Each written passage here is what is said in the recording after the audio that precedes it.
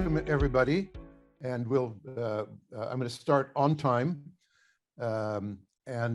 First order of business, thank you to our sponsors, the Quality Group, the Business Change Group, and the Hampshire branch. And we are recording, so there will be opportunity to see this later. Now, there's a QR here on the right-hand side and a link, and either one of those will get you the slides. And I recommend you take at least a quick photograph of it. I will repeat it at the end because I have a lot of free links to free booklets, literature that you might want to follow up on. And the slides themselves are going to contain a little bit more than I have time to talk about. So you might want to study some more of the detail later. So we are going to divide the 3-hour course into 3 modules: basic ideas, the logic of planning, and examples of analysis of real plans. Let's see. And there we go. Okay. Mute my audio. Okay. The process of the course, we're dividing into 3 one-hour slots as announced. So I will babble on about 20 minutes presenting some ideas, and then we'll open up, maybe a little bit delayed if I am delayed there, a minute or so, but to a 30-minute question and answer, which you can either put into the chat or you can go in orally and ask, and we'll discuss. That will be followed by a 10-minute break where I will remain and chat with people, or people can chat with other people, but we won't do any formal lecturing or formal questions and answers. And we will end on time 3 hours from now. In fact, so the last 30 minutes might actually be a 40-minute slot if we go straight to the hour. So this is the first hour, and I'm going to give you what I call a one-page. Let's see. I'm trying to get rid of the.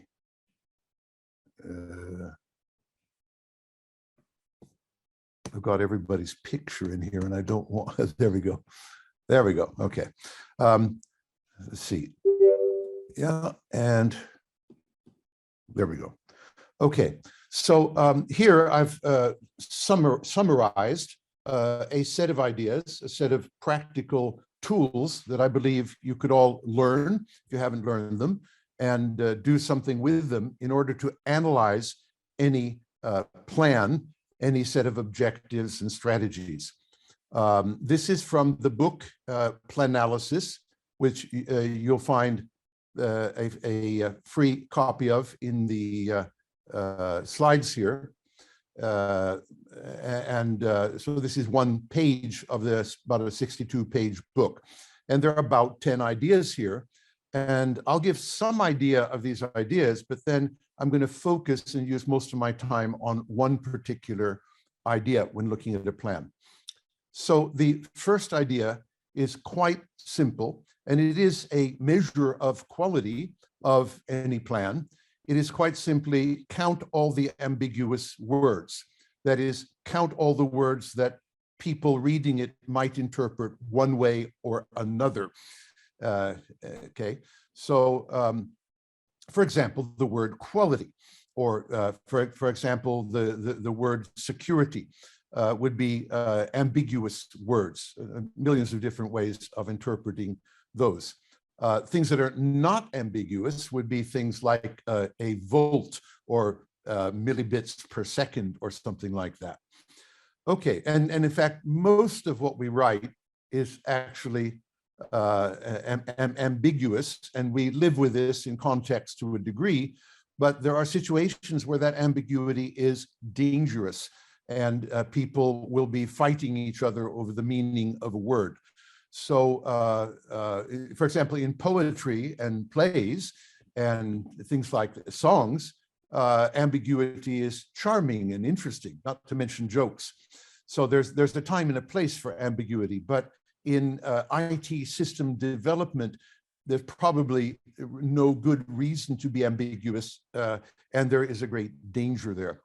So if you take any page or slide and you start going through it, I'm going to give you some samples, and you simply count all the words that you believe could be ambiguous for different people. And let's say you have a page about this size, it's about 200 words. And let's just say you counted 100 words which were ambiguous. Then you should worry, because there is a great danger that the whole thing will be massively misunderstood. I've actually arrived at the fact that if you get 5 ambiguities in a page of about 300 words, then you're already in trouble, because just one of those could kill your whole project through a misunderstanding. So the ideal of good planning is to reduce the ambiguities to such a low level that they present no danger, let's put it that way, and pretty close to zero. The second point is the one I'm going to do in much greater detail. I've discovered a concept that I haven't found anybody else has mentioned in the literature, which I've chosen to call link words. So if I say something that I want to do a strategy A in order to reach a goal B, then in order to is a link word. It links the strategy and the goal. And similarly, so as, by, thus giving, by means of, are all examples of link words. And there could be hundreds of possible link words. But link words are very interesting because they give us a clue that we've got both ends and means, or if you like, designs and requirements in the same sentence. And this is not a good idea, except possibly for offhand commentary and summary. We need to separate, we need to do the requirements and do them well. And we need to collect the entire set of requirements before we start doing our architecture or design. And it is generally premature to link one ends and one means at an early stage of any project.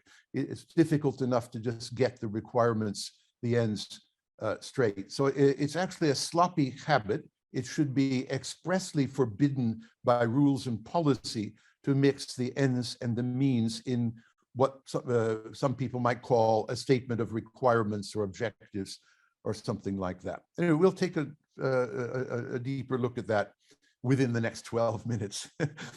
So other things, let me skip here. If somebody says we're going to achieve security through blockchains, but they present no evidence that you get the right amount of security with the blockchain, then that is immediately suspicious. You know, if they added, as has been done in Project A or elsewhere, then that's the beginning of pointing to a source of evidence, and people might know what they're talking about.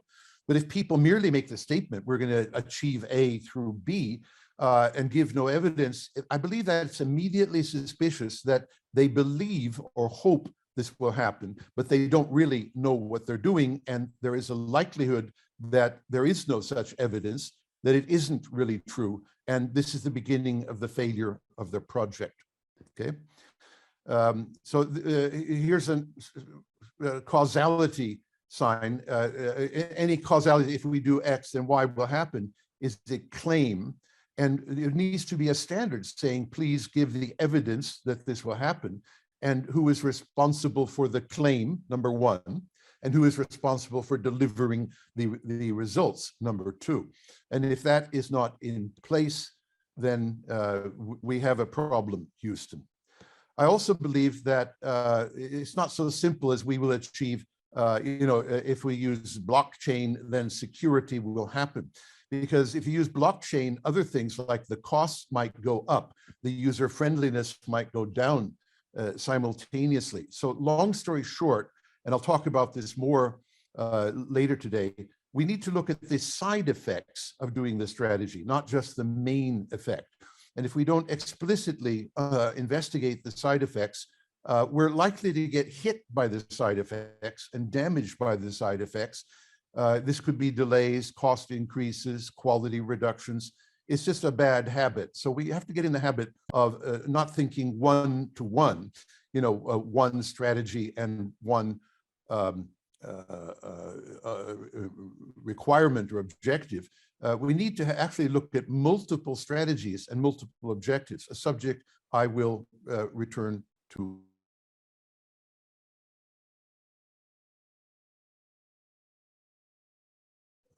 Okay, right.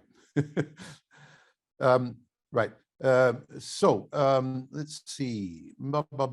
Here's another one.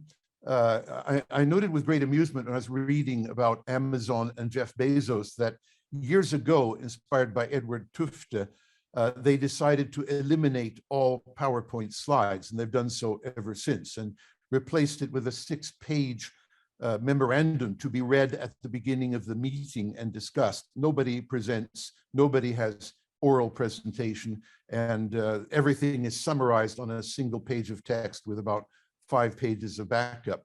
That's related to this. Bullet points and numberings on things like slides are a sign that people aren't really keeping track of the detail. In other words, they don't really intend to do it or follow it up or quality control it. So I'm a firm believer that everything needs to have a unique identity tag so that it is trackable and traceable. And so anything with serious intent, like major objectives or strategies that is just bullet pointed, is a danger sign. And finally, whenever we see words like increased, enhanced, reduced, better, excellent, they indicate we have a variable.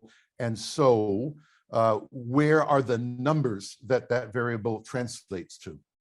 Okay, enough of that. And now I will use my remaining 7 minutes to focus on the second point, the link words. So as I said, when we have, we will do A in order to achieve B. In order to achieve is a link word. And we now have evidence. So this is something you can quickly do in any meeting with any slides, and you'll see lots of it. We now know that we have a mixture of the ends and the means. And I'm trying to hint to you that you should realize that that's a very bad idea almost always. It should not be permitted. You need to focus on your requirements and get them straight. And most people have terrible requirements. Elon Musk's #1 principle is that assume all requirements are wrong, no matter who wrote them and no matter how intelligent they are.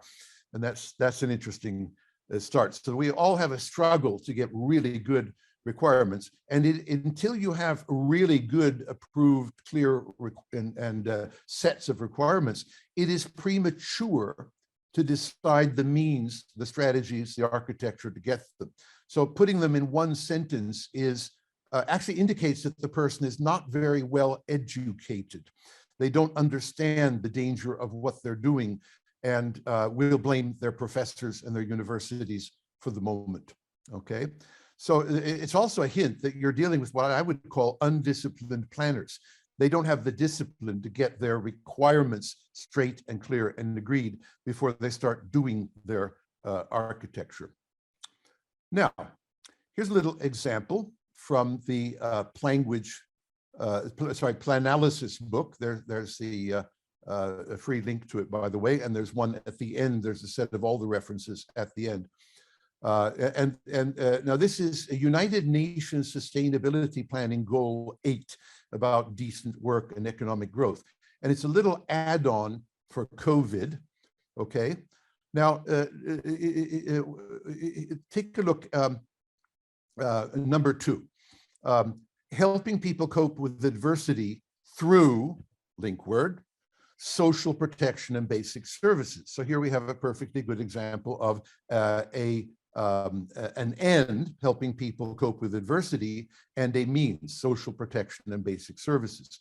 Now, you can all see that almost all these words are ambiguous. Helping, by what means and how well. People, what kind of people. Coping, in what sense. What kind of adversity. You see that those are all ambiguous and need to be better defined before we can do anything seriously.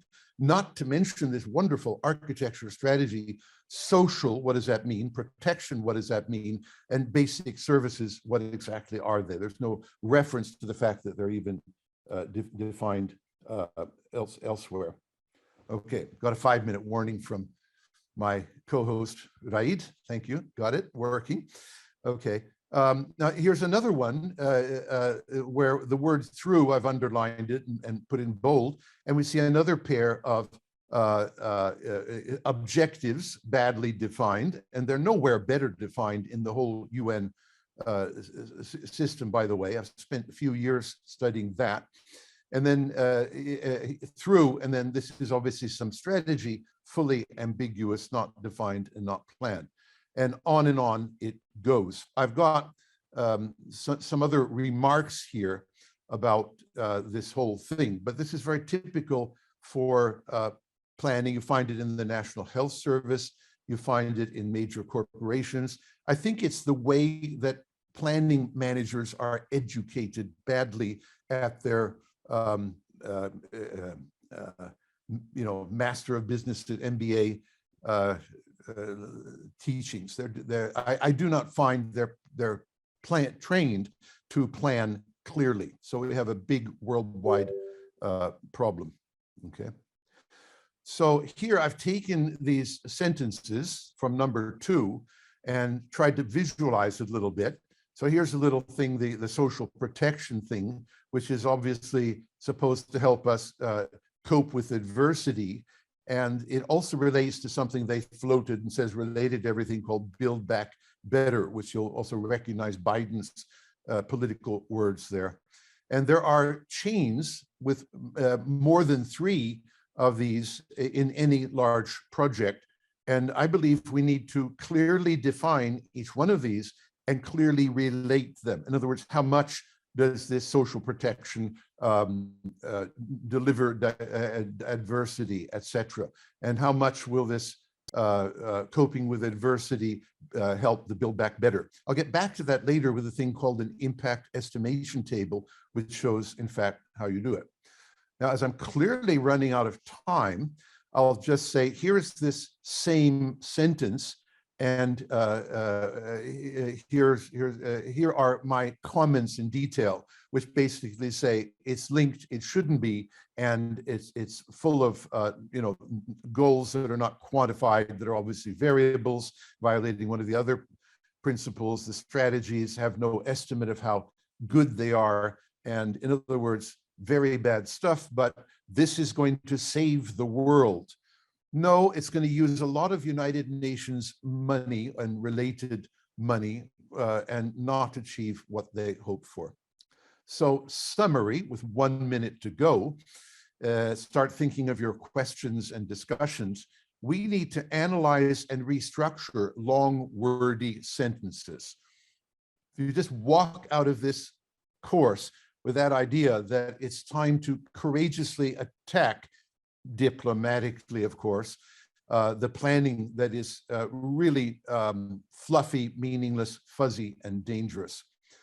There are many different problems, for example, ambiguity, lack of structure, lack of numeracy, but there are many different solutions, some of which I'm going to hint at during this lecture.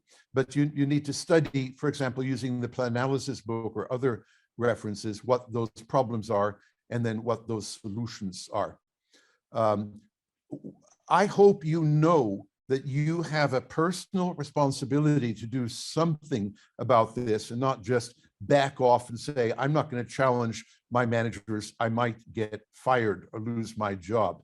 If your project fails, people might starve if you're doing UN planning, okay?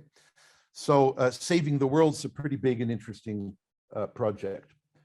Now, that was 20 minutes, and I'll leave this here. I think I'll leave this larger thing up here, and we will go into the question and answer period for about 30 minutes.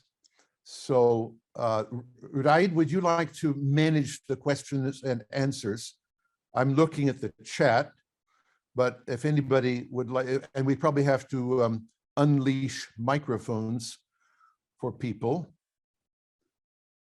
Let's see, no questions in the, no discussion in the, Stephen Booth. Okay, I'll read the questions in the chat for the moment, but anybody who wants to ask the question themselves can either put it in the chat, they can ask to get your microphone really. I think we could open all the microphones. I enabled unmute for participants to ask. Okay, so everybody's unmuted if they want to be. Stephen, would you like to ask your question directly? I'll read it. Lack of evidence usually means the sales guy said so, and he knows his product best. Yeah, there's something there. I have something which I could make available to anybody who emails me, tom@gilb.com, called 12 Tough Questions. And these tough questions are what you ask the salesman. And one of those questions is, does he have any evidence for any claims he has? So yeah, there's a salesman problem here for sure, Stephen. And if you want to discuss that anymore, add to the chat or talk. Is it true that anybody who can unmute themselves can talk to me directly now? Okay. Can now. We got Paul Sheridan here. Should all requirements be verifiable? Simple yes, of course, and ambiguities essentially render them non-verifiable. So you have to start with reducing the ambiguity close to zero, and anything that is a variable needs to be quantified. Number one, and verifiable. There are at least two levels of quality control or verification. The first is, are the requirements written to some standard, some set of rules, like all qualities should be quantified, to take a simple example. And if not, if it just says better productivity or better security, then this is defective and it needs to be remedied before we allow that requirement to go on. The second level of verification is, if you like, as we in agile manner deliver the requirement incrementally, we need to get feedback and measurement that tell us we're on track to delivering it and what level we've delivered. So that's a second level of verification. And then at some point we will have reached the level we have planned. I call it the goal level. And we need to maybe ascertain with even better testing and quality control, as some of my customers do, that we really are at the level that will, for example, allow release of this system or product. So so there are several stages of, quote, verification or quality control. Again, we have to define the term to answer the question, but I take it in the sense of, making sure that it's good and real. Okay, Martin unmuted, but muted again and now can't unmute. So we need to allow at least Martin Edney to unmute, and Stephen Booth. Okay. Yep, I've unmuted, assuming you can hear me. The comment, basically what the quota posted in the chat, the stars guy said so. That's what I hear from the business when I go to talk to them about what their requirements are. Well, not always, but a fair proportion of the time. And it's really, really difficult to get them to understand that just because the sales guy said so doesn't mean it's actually true. And indeed, there's one product I was doing requirements for probably about 10 years ago now, where I show up for a requirements meeting with the business management, and they have literally got the salesperson from the supplier they've already chosen sat there in the room. They give me requirements. The sales guy says, no, the product doesn't do that. They change their requirements. Frankly, I felt that there should be some exception in the law that says a business analyst can go armed. If they do that, then we can just sort of shoot them, because these are not people we want running our businesses. Right. So as I said, the salesman should be not only asked probing questions like, can you prove that, but they should also ask questions like, will you put that in your contract guarantee, and things like that. And that's what the 12 tough questions try to do. So I think I'll try to put the 12 tough questions in the chat, so you all have access to it for sure. There we go. There we have a booklet, and let's see. There we go.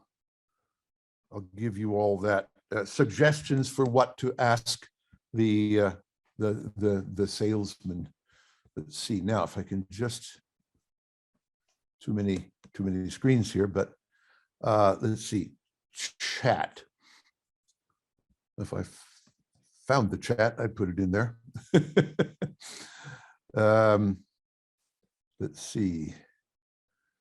Okay, somebody's hand is up too. Let's see. There we go. There's the chat. Okay. And to everyone in meeting, and got it. So there's a free copy of 12 tough questions. If Ride, could you capture that and make sure that we get it into the slides in the references? Okay, but those are questions to ask a salesman. Right, I'm looking at questions here. EP, can you unmute EP and ask your own question, or shall I do it? In an agile project lifecycle, wouldn't the requirements be defined throughout the project, and therefore an ambiguous requirement at the start may be applicable? Okay, fair question. I think it's okay to start, inevitably, you will, with your managers, with let's call them high-level, somewhat fuzzy aspirations. I actually have a name for them, and I call them ambition level, like we will have the finest security on the planet. That's okay. But I think that very rapidly, a requirements master, I just invented the term, needs to say, this needs to be pinned down as a measurable quality with a level of security that we can measure during the agile sprints as the delivery. So I think we need to very rapidly get a pretty good, clear approximation before I don't think you should go through 20 agile cycles of delivery with fuzzy requirements. I think that's a waste of time. So, you can, and I also believe that requirements need to be adjusted and tuned as you get feedback. That is central to the agile idea. In other words, just because a requirement is quantified doesn't mean it is fixed, and you can't change it when you get knowledge of better knowledge of what stakeholders want, or better knowledge of what is technically possible and things like that. So. Let's say it this way: requirements can be redefined, EP, throughout the project, and ambiguous requirements at the start for a maximum duration of 1 day may be okay, but beyond that, somebody has to try to do a really clear, unambiguous definition of any requirement to be taken seriously, to be spent money on, to be committed to. And that's a same-day effort. Now, your first attempt at making it clear might not be right. So you do need the privilege of getting feedback and understanding and adjusting or redefining the requirement, okay? But you don't persist with a critical requirement like security into a major project for weeks and months with a fuzzy requirement. That is just simply bad, unacceptable practice, and anybody who does it should be removed from their positions of power. Did I answer your question, EP? Hope so. Hi, Tom. We have two raised hands. Like we have Martin and then Hapa one. So Martin. Okay. Martin. Hi, Tom. Good afternoon. Good afternoon, everyone. Yeah, I mean, reading through your book and lots and lots of really good things here. One thing I noticed, so you've got a really nice table where the quality score of the plan goes up through iterations, or the bad factor count goes down through iterations. Good stuff. Also, the length of them gets longer. And I think one of the things that tends to drive these very poor quality plans is, okay, you're going to produce a plan for the board and you're going to produce it in one page. And generally in one page, you have to leave out all the useful detail. Now, I think the answer to that, which I've seen you refer to, Tom, is to do the high level plan with lots of references or notes saying detail here. And that's where you can actually put in the detail, because the pressure to do it in one page will not go away. But to get the actual detail you need in needs more than one page. And I think that is a factor for a lot of us. Okay, now I hear what you're saying. Typically when I'll be showing an example later in these slides, do one requirement, it actually has about 20 elements of information and fills the whole page. So obviously, if you have many more than one requirement, you can't get them in one page, it seems. But in fact, I have ways of summarizing requirements. So I have a practice and belief that I write about and have whole papers on, which is to get the top 10 critical requirements for an IT project on a single page. And I do that on the first day of a project that I'm working with my client. In other words, we use the morning to brainstorm the top 10 things. This leaves out the next 500 things, but it does cover the top 10 things. And then we quantify at first approximation, the quantified levels, the really critical information about, how good will security be? How good will user friendliness be? And we do that, and we then put them on one page, on one slide. I've been doing this for decades and have plenty, all of my books and literature give examples of that. I think I'll dig up a paper on that and give you a link to it. So the answer is, although full statement in great detail of one requirement can take a whole page in itself, that doesn't stop you from summarizing the top 10 requirements, 3 or 4 lines each, like tag, scale of measure, and goal. That's 3 lines for a very clear requirement.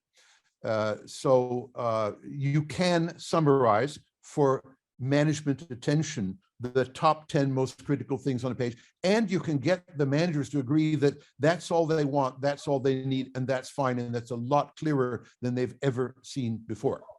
Thank you, Tom. That's good. Thank you.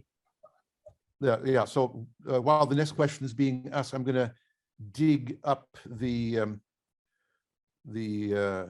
top 10 things here. Very, very dangerous extra screens coming in here, but top 10. I wrote the notes, so we can. Okay. Hi, Tom. Actually, Ride, can you get my paper on the top 10 objectives and put it in the chat? See if you can do that. We'll look for it. And I think we have a Hapa one would want to ask a question. Yeah. Yeah. Okay. Hi, Tom. My name's Sid Patani. Sometimes when you identify, you're looking at something new, sometimes they don't know what the problem is they're trying to solve. They go straight into the solution. Yes. This is what we want, because the Jones have got a new car. We want a new car. It's all about showing what they want, rather than identifying the problem. The link idea is a symptom of that problem, of going to the solution. You're right. Yeah. Okay. Go ahead. Yeah, so sometimes it's difficult, and you've got to really bring that out in terms of, well, what's the problem you're trying to solve? Is this you know, if it's a new system, is the middleware that can, you know, what's the most cost-effective way of actually solving that problem. But sometimes you often find that, you know, as part of the planning, they plan the solution, but they don't identify what the key problems Right. are that they're facing. Okay, so very widespread problem that I talk about in almost everything I write. Okay. I've already started talking about it with the link word. People under a heading called our requirements or objectives, people put stuff which is clearly an architectural idea, technological solution, right? Yeah, yeah. And now how do you deal with it? Well, I put it in the chat. I'd say use the Japanese 5 whys. So let's say, for example, they say we're going to use blockchains, Yeah. you know, and I say that's fine. You're going to use blockchains. Now, may I, you know, in all humility, ask you what you expect to get if you do blockchains? And they say, well, of course, we're going to get greater security.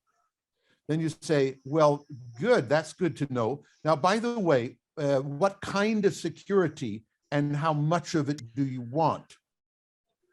And hopefully they'll tell you. Now you've got your major requirement. And then there's a follow-up question. Now that we've established the security you want, if we found something that was better and cheaper than blockchain, do you mind if we use it instead? Yeah. You got it?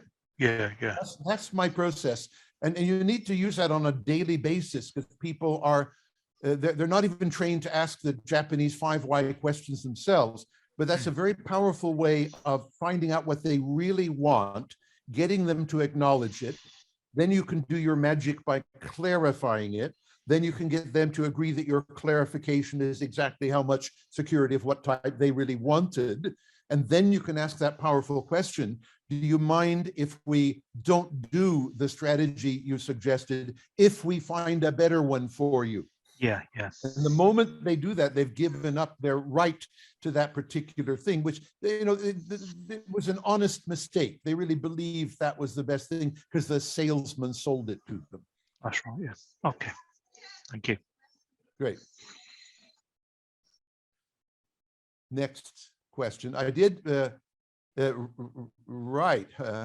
Now, by the way, I put in the top 10 critical requirements to everyone, and Ride found how to prioritize your top 10 value objectives. Okay, that's not exactly the one I meant, but that's a good one anyway. Right, so we collect it. But the one called the top 10 critical requirements, that is very explicit about the idea of, in the first day of a project, get managers or people in power, stakeholders, to agree on the top 10 and get people who know how to do it to quantify them. They usually need quantification, and then to agree to the quantification. My experience in decades of doing this is it works with managers on the first day with no particular training. They're very keen to establish their high priority objectives and to you know, get them clarified. In fact, they're astounded that these can be quantified and clarified on the same day because nobody's ever bothered to teach them that they can do it. Next discussion question. We have 11 more minutes of discussion. And I hope some of you are looking up these references and capturing them at least and scanning them and things like that. Hi, Tom. I have a question concerning objectives which couldn't be easily quantified by one value. For example, if you look at the queue times which one spends in the queue, they usually could be kept small ones, but could grow very quickly and very fast at the end. And then what is your strategy? So very often such things could be defined by some kind of trade-off curves, but what is your strategy for dealing with such cases for values which couldn't be quantified easily by one value, but need some kind of curve or several values for quantification? Okay. Now, I have a short answer and a long answer, and it's my favorite subject, Sadia, so thanks very much for asking. Now, by the way, we have in the references at the end of the lecture slides, you'll find a booklet called Quanteering, Quanteer. Now, that is a booklet which answers your question in detail, how to quantify any variable. Okay, so number one, go study that. We had an initial plan with regard to these courses that the first day's course, this one, would be analytical, what's wrong with it. And the second day would be more proactive. How do we quantify? So if there is a demand for a second day, we will focus on that very subject. But I will be teaching a little bit of it in these lectures anyway. But here's the thing I found. I found the following, that absolutely anything which varies, in other words, which you can say improve, enhance, better, can be defined with what I call a scale of measure. So speed can be defined in miles per hour, etc. Okay, as a scale. And I don't have to say very fast. I can say 300 miles per hour. I can put a number on that scale. And what I've found is that this is a universal truth, that absolutely everything that varies can be defined by a scale of measure and can be defined how much you want when you want it by numbers.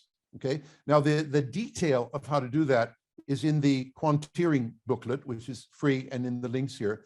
And I will be showing some examples of it later. But I've never had anybody who could give me a variable which could not be defined with a scale of measure and points on the scale. So I've concluded it is some kind of a universal physics principle. It shouldn't surprise anybody, really, that variables can be quantified. And from engineering, science, and good management, we know that critical variables should be quantified if you want to manage them. And I refer you to things I'll show later in this set of lectures about quantification. Is that okay for the moment, Sadia, or do you have anything I didn't answer at all that I should give you an answer to? Let's do okay, but possibly I would ask some more questions later as well. Oh, you're very welcome. By the way, looking at your name, might I impolitely ask from which country you originate? I am from Ukraine originally, although now I'm in Germany, but yeah, I am from Ukraine. Okay, oh, Slava Ukraine, for goodness sake. Героям слава. Yeah, I have traveled and taught much in Ukraine.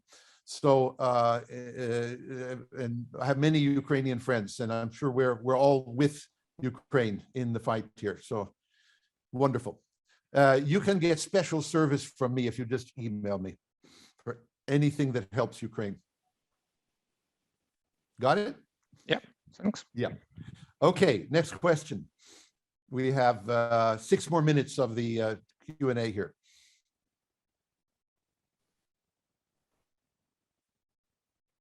Tom? Yes, Paul. Hi. I'm just thinking in terms of tasks and resource, the timing that is available to do requirements analysis.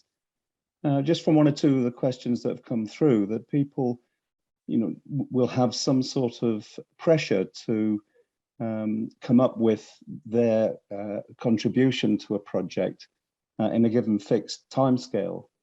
And there could be a conflict between going through requirements thoroughly, making sure things are complete and understandable, and the project's overall timing requirement. So the pressures from management might be something that at a higher level needs some attention. Yeah? Okay, many things to say about that, some of which I have said, but I'll address your question more directly. Now, as I've indicated, I believe that you can start an agile project, not a big bang project, with 1 day of establishing the most critical top 10 requirements quantified. Okay. So I believe in time boxing. I don't consider this unreasonable pressure. I consider this an easy opportunity to, in 1 single day, get management to commit to the most critical requirements. And these top 10 requirements are sort of an agile horizon. You know, the agile cycles will be moving towards those top 10. Now, as we start moving through the agile cycles, we have the opportunity to refine and detail those 10 requirements, not least learning and getting feedback from the agile cycles to do so. And I describe this in all of my books in writing. And if you don't know where, send me an email and say, where the hell was that, Tom? I want to know exactly. But it's all over the place. You know, look for what we call the EVO cycle, which is my agile cycle. Okay. And for example, in my, you get a free copy of my competitive engineering book, and there's a whole chapter on EVO. And what we're doing, EVO is an agile learning cycle, right? So of course the learning has to impact the requirements and adjust them, like adjust the levels and adjust the timing and adjust the stakeholders it addresses, to take an example. So of course, agile is exactly an environment where we can rapidly and early learn and adjust the requirements. We don't want to spend 6 months doing requirements, which are bad.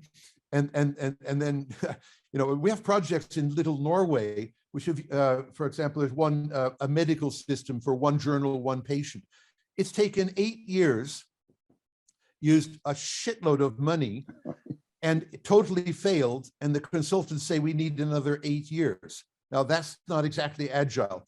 They should have delivered something every month, improving the health services, in my opinion, in the last 8 years. Okay, so there's a lot of this crazy waterfall stuff still going on. By the way, the people doing this are all programming agile. They're using Scrum.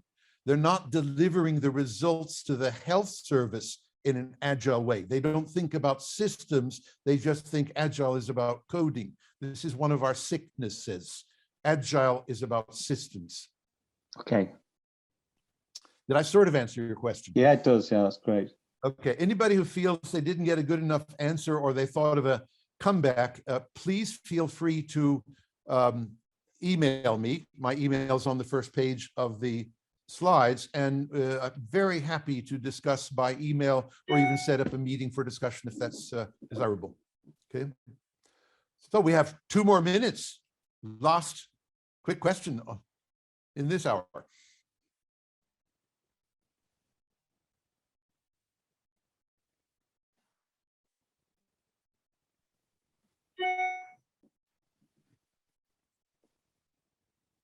Yeah, thank you. Right, my email.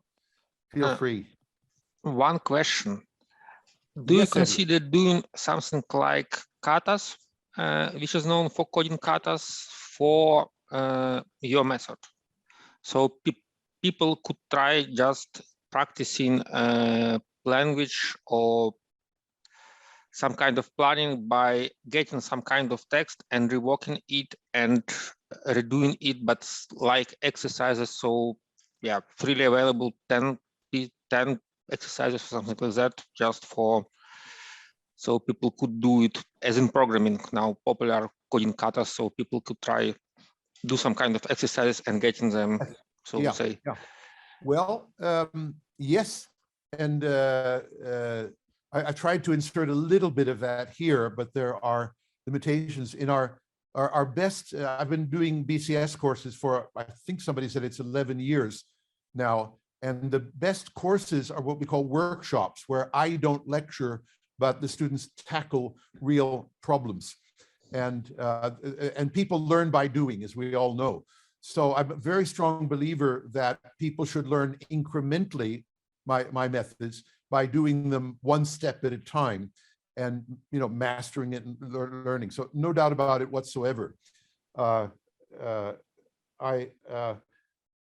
This is then a larger subject than we have time for. We reached our sort of a time limit here, and I see Elizabeth has a quick question too.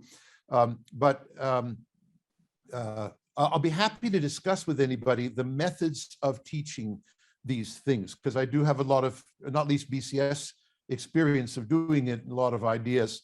So anybody who's a teacher and wants to discuss the teaching of these ideas, please take contact and we'll talk about it. Let's see, can I squeeze one in? Officially, we're going into the 10-minute break, Elizabeth, but let's see what I can do. Elizabeth says, just to follow on from the topic of sales guy knows best idea, how do you suggest to deal with the directors of a small, medium business that make a decision on something without providing the evidence to back up the idea? Yes, well, I think maybe before you entered, I suggested they should not be in power there, and unfortunately they've not been taught. You know, you get guarantees, maybe in a contract, or at least with the capability of stopping an agile process is not working if people don't deliver. And you make sure the sales promises are articulated. You know, what did they say? What does it really mean? You quantify it maybe. Who said it? Are they willing to guarantee it? Did they give any evidence? The 12 tough questions I put in, you'll find in the chat here. So, you know, directors should be trained to rigorously make sure that any promises made are articulated clearly and guaranteed, or we can certainly pull out of the deal. If they're not doing that, they are not educated to be directors and decision makers, and the safest thing is to remove them. I have some clients in London who have removed 5 out of 10 directors who would not bother to quantify, in spite of the CEO telling them that all critical things will be quantified. Okay, so yes, firing the directors is an option. I'm serious. What happened when the offender is actually the CEO? Yes, right. They're a very good question, Tech. Actually, I have several CEOs who've taken one look at these methods and said, I like them. I believe they're good for me. I can get control of my company better. Would you please train me personally? Okay, I trained one CEO, in fact, the one who fired the 5 directors, in 19 hours of personal training in these methods of how to quantify things. Okay, so sometimes the directors are not educated well enough because of bad education, but they're intelligent and they know a good thing when they see one, and they're very keen to have it done and to learn how to do it. So there's hope. Now, if the CEO isn't even interested, and this can happen, maybe you don't have much chance. Sometimes going to a lower level and at least doing these things within a project where the CEO isn't messing you up might be an option. And finding a more intelligently led company might be another option. And that sort of uses up our time. Now, let me declare the 10-minute break until the hour, which is only 7 minutes away. And I've decided I'm going to be here for very informal conversation, but everybody else can take a break and get some coffee. And I will be here if somebody wants to chat or they want to chat with each other. And we'll start again on the hour in 6 minutes.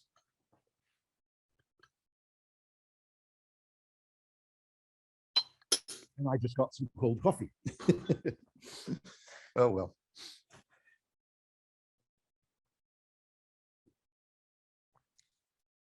So anybody who wants to, Momo, can either put it in the chat, which I will see, or try to use their microphone. But this is very informal. Tom? Yes. It's Tech here. Very often, one of the challenges for the person who's gathering the requirements, in our case, was the product director, to actually stand up to the CEO or the directors to say, look, this is how I want to do things, and handle the, able to push back when it is not right. How do they actually get that, build that confidence to do that? Building confidence is, you can't just listen to my talk and then stand up to the CEO. So like almost everything in life, you should practice them out of sight of the CEO until you have confidence that one, this quantification and clarification is absolutely necessary for purpose. The company will fail if they don't do it. And then you should have the confidence to tell the CEO that we have to have clear, agreed requirements. And he's to say, I know how to do it. I've been doing it in my sector, and please don't, stand in the way of this happening. Okay, which is a possibility. And an intelligent CEO will say, that's great, I support you, or something like that. And the stupid CEO will have another agenda, and they do exist, and we meet them all the time. But a CEO who doesn't get this is leading a company which is doomed under his watch. And I've seen some of my clients go out of business because they wouldn't take these things seriously. Yeah, when they're rushing to deliver promises that they have made, this is when they put a lot of pressure on themselves and then put pressure on the team to deliver something quickly, which never happens. Well, wait a minute. Let's stop a minute. We're all more or less believe in agile here, I'm guessing. Now, I believe, and I practice, and I've written about it, and I'll maybe give some links, but I believe that the first week of any project should be used to capture the top 10 things, requirements quantitatively, and to also capture the top 10 strategies for reaching the requirements quantitatively on an impact estimation table, which I'll talk about in the next hour, and then to decompose one of those strategies to something you can do next week, which will be an agile delivery step, and which should make it possible to measure that you have made some forward progress and got some feedback. And I believe the second week and every week of a project should be able to deliver value measurably. I don't believe there's any reason except lack of teaching in how to decompose strategies into doable things week after week. Now, I have written about this in most of my books. If you, this is not my primary subject here and now, but if somebody says, would you, I suggest a book I call my C book, which is Systems Enterprise Architecture. And Raid, could you get a free link to my C book in the chat? And that is in detail how to do what I'm talking about. Right, are you still there? I am here. Okay. Okay. We just want to get a free copy of. You'll probably find this in the books I've already referenced to. So okay, I'll check it book, now. Yeah, how to agile deliver second week and on. This is a reminder. If this doesn't appear, well, email me and say, I want that book you said, how to get to the, I sincerely believe that agile gives us the opportunity of a quick week to get your long-term vision and long-term strategies pinned down. By the way, I've been practicing this with like the US Department of Defense since the 1980s. Okay, it always worked. And in London with the big banks, for example. So it's my normal way of practicing. Spend a week talking with the management, and then the second week and every week thereafter is an agile sprint attempting to deliver something which will move you towards your top 10 goals and measure it. And I don't see any reason why everybody can't learn to do it. And I have spelled it out in excruciating detail in most of my books, for example, the SEA book. Now, it says top of the hour. Right, you're with us. Can you? Yeah. Can you find the link to the SEA book I'm writing the notes, and if I find the links, I will send them. Otherwise, I have the notes. If you don't, maybe somebody else has it. And if you don't, I will take the time to find it in the next break. Remind me. Okay. Here's I'm not sure what Michael's link is to, but it's some NASA stuff. That's good. Okay. Okay. So moving right along here. Sorry, welcome to the second hour. I'm going to lecture for about 20 minutes and then turn over to 30 minutes of discussion, followed by a 10-minute break.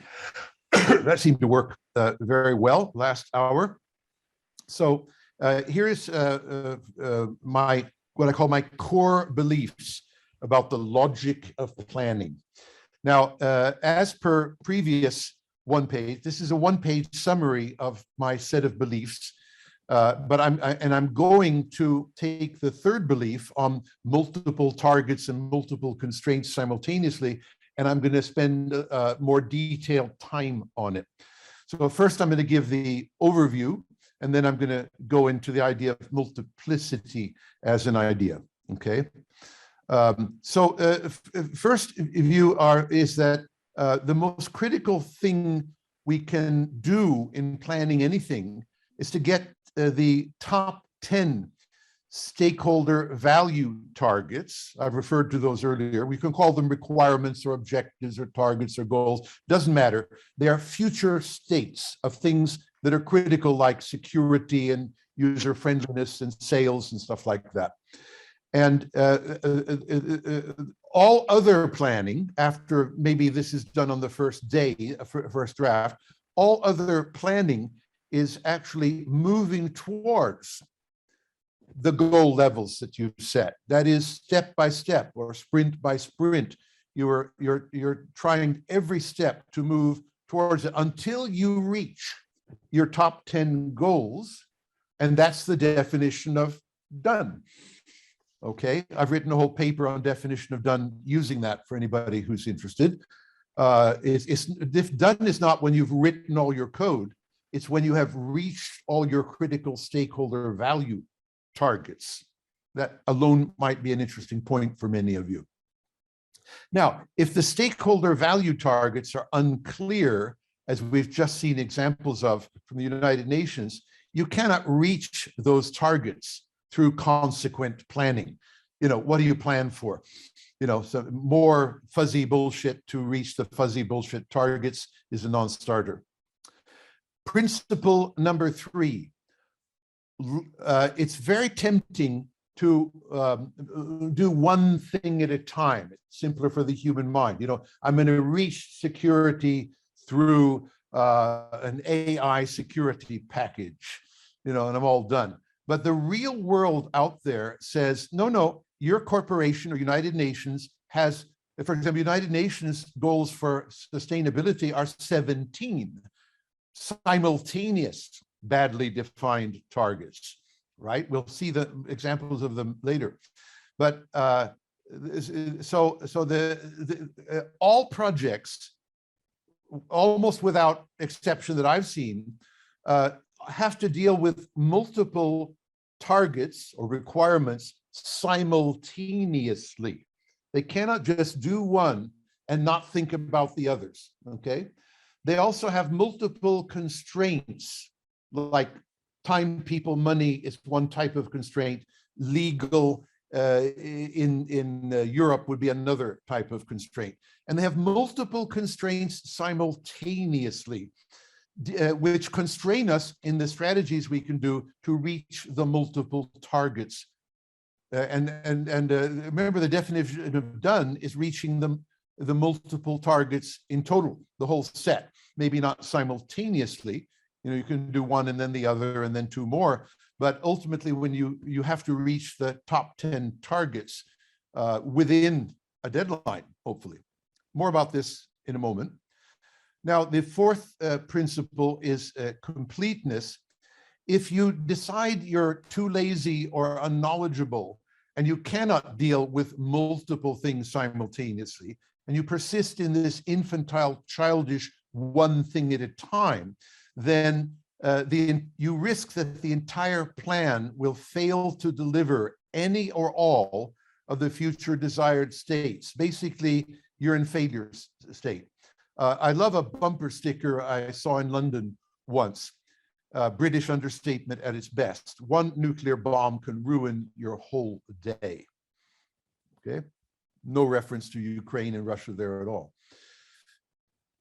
Constant change. Everything, all of our objectives, all of our strategies, all of our constraints, all of our stakeholders are continuously subject to change to mirror real world changes. You have to be agile in dealing with that change, like it or not. I've had to develop a number of methods, some of which I am showing and will show here, for dealing with multiple things simultaneously. It's difficult to do in the mind. It's easier to do it digitally with tables and things like that. Number 6, plans need constant updates. Again, in all these areas, the objectives, the strategies, the constraints, and the stakeholders and their needs. And if you fail to have a continuous updating process in a large, complex project, you are inevitably doomed for some failure. Okay, so the duty of concern of continuous updating when you get new stakeholders, have new needs, and get new feedback from an agile delivery cycle, you have to have a way of updating. By the way, this updating has to be digital. In other words, not yellow stickies, to make myself very plain, and not PowerPoint slides. It has to be digital. And I'm going to show you some digital tools here, but at the very least, it has to be a good spreadsheet, put it that way, or Word, okay, to hope to keep all these things up to date. Number 7, we have too many people who think the world consists of users and customers and nothing else, as in use cases, user stories, UX. It's time we changed it to stakeholder stories and stakeholder experience and got this much broader picture of the 50 critical stakeholders. If you don't know what I'm talking about, I'm giving you a free book I just wrote called Stakeholder Engineering. There is the link, and it's repeated there. So now in systems engineering, they know this and they do this. This is military and space, but IT people are very slow on the uptake of picking up true stakeholder disciplines. I encourage my listeners to at least scan this free book and decide to go stakeholder and shove aside the narrow and dangerous concern with users and customers alone. They are important stakeholders, but they are not the only ones. Simple example, the European Union that passes laws on privacy is a powerful stakeholder, but they are, and you have to do things for them in your IT system, and they are not a user and they are not a customer. Hope I made my point in short there, okay? And let's see how we're doing. One more minute, right, okay. So the needs will change as you do your project. Whatever the stakeholder agreed were their needs 3 months ago, the moment COVID hits and the Ukrainian war starts and the food shortages start, guess what? Requirements change. So we have to be in constant, sufficient contact with stakeholders to sense needs and change them officially so that our requirements reflect the reality of the hunger in the world just about to hit. And okay, and now number 9 principle that is in my logic of planning world is that there are always unknowns. We can never know everything, but we can discover the critical things gradually and deal with them gradually, and reduce the quantity of unknowns and threats and risks to our system. But we have to have people and methods and tools engaged in discovering the unknowns and bringing them into our plans, our requirements, designs, valuations, contracts, and other stakeholder relations. And finally,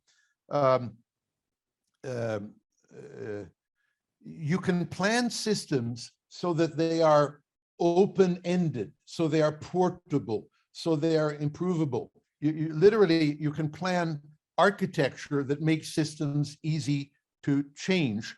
And there's an investment in doing it, but it might even help you in the short term with Agile, which is itself continually changing. And it certainly will help you in the long term.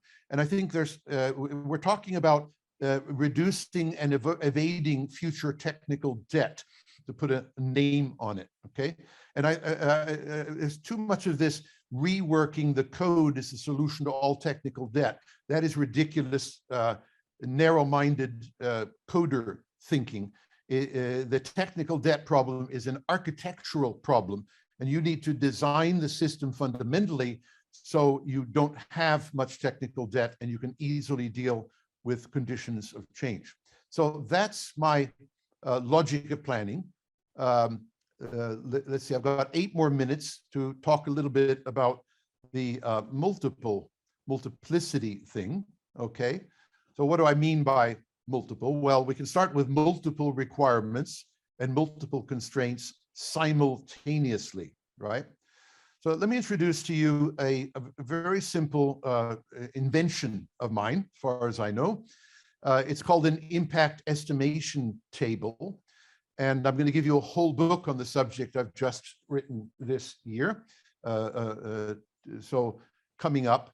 So here from the, here is a requirement in the United Nations Sustainability Planning, requirement number 1.5. We'll look at that in more detail, disaster protection for poverty. And here's a goal we're aiming for, 60% by a certain date, 2030. Now here is a strategy or idea about flood damage, a means, and here is an estimate or a measurement or both that this strategy, flood damage, will achieve 50% of the target. That is, it'll actually get us to 55, which is halfway between 50 and 60. So that means this is a pretty good strategy, but it is not sufficient because it doesn't deal with the other half. This is impact estimation simplified in a nutshell, okay? Now, here I've enlarged the table to have 2 different strategies, and it's good because one of them does half the job and the other does the other half of the job. I also brought in the idea of costs, but just one of them, there could be many. And now our impact estimation table is estimating the impact of this, the impact of this other strategy, and the cost of this, 88% of the whole bloody budget. That's a lot. But this guy's cheap. It's only 13% of the budget. Maybe we could do both of these. Okay. So I'm interested. Here's a very simple multiple requirements. Here is a constraint requirement about the annual cost per dwelling. And here is a value requirement about disaster protection, which the UN wants. And then multiple strategies. So I'm bringing in the idea of multiple strategies, multiple estimates, etc. We can even compute a thing I call efficiency, which is value for money. Value for money, which can help us prioritize. For example, if you had to do one of these strategies on your first agile step, would you choose this one, which has efficiency score of 3.8, or would you choose this one, which is very expensive and equally effective? Well, I choose this one. This is how I prioritize and even get my spreadsheets to automatically compute the current agile prioritization. Okay, so slightly bigger enlargement of the whole thing. So I brought in the first 8 United Nations goals, G1 to G8. There's a whole book on this called Sustainability Planning, which I've written, free copy of in the references. Here's the booklet on this impact estimation method, free booklet, just written this year for my old friends, might not know. But, and here's the table. Now, what I've done is I've brought in not just one stakeholder value, the stakeholder being, let's call them United Nations and the poor, but 8 of the 17. Okay, so now I'm looking at these strategies. Here's a strategy to end poverty and another one to end hunger. And I'm looking at the multidimensional impacts. Whoops, here's a negative side effect. It actually goes in the wrong direction for healthy lives. But, you know, as we know, anything you choose can have a little bit of the good and a little bit of the bad. And wait a minute, look at this one here. Nobody has made an estimate or measurement. It's an unknown. In fact, it is a known unknown. I don't know if I choose this strategy, what impact it could have on this.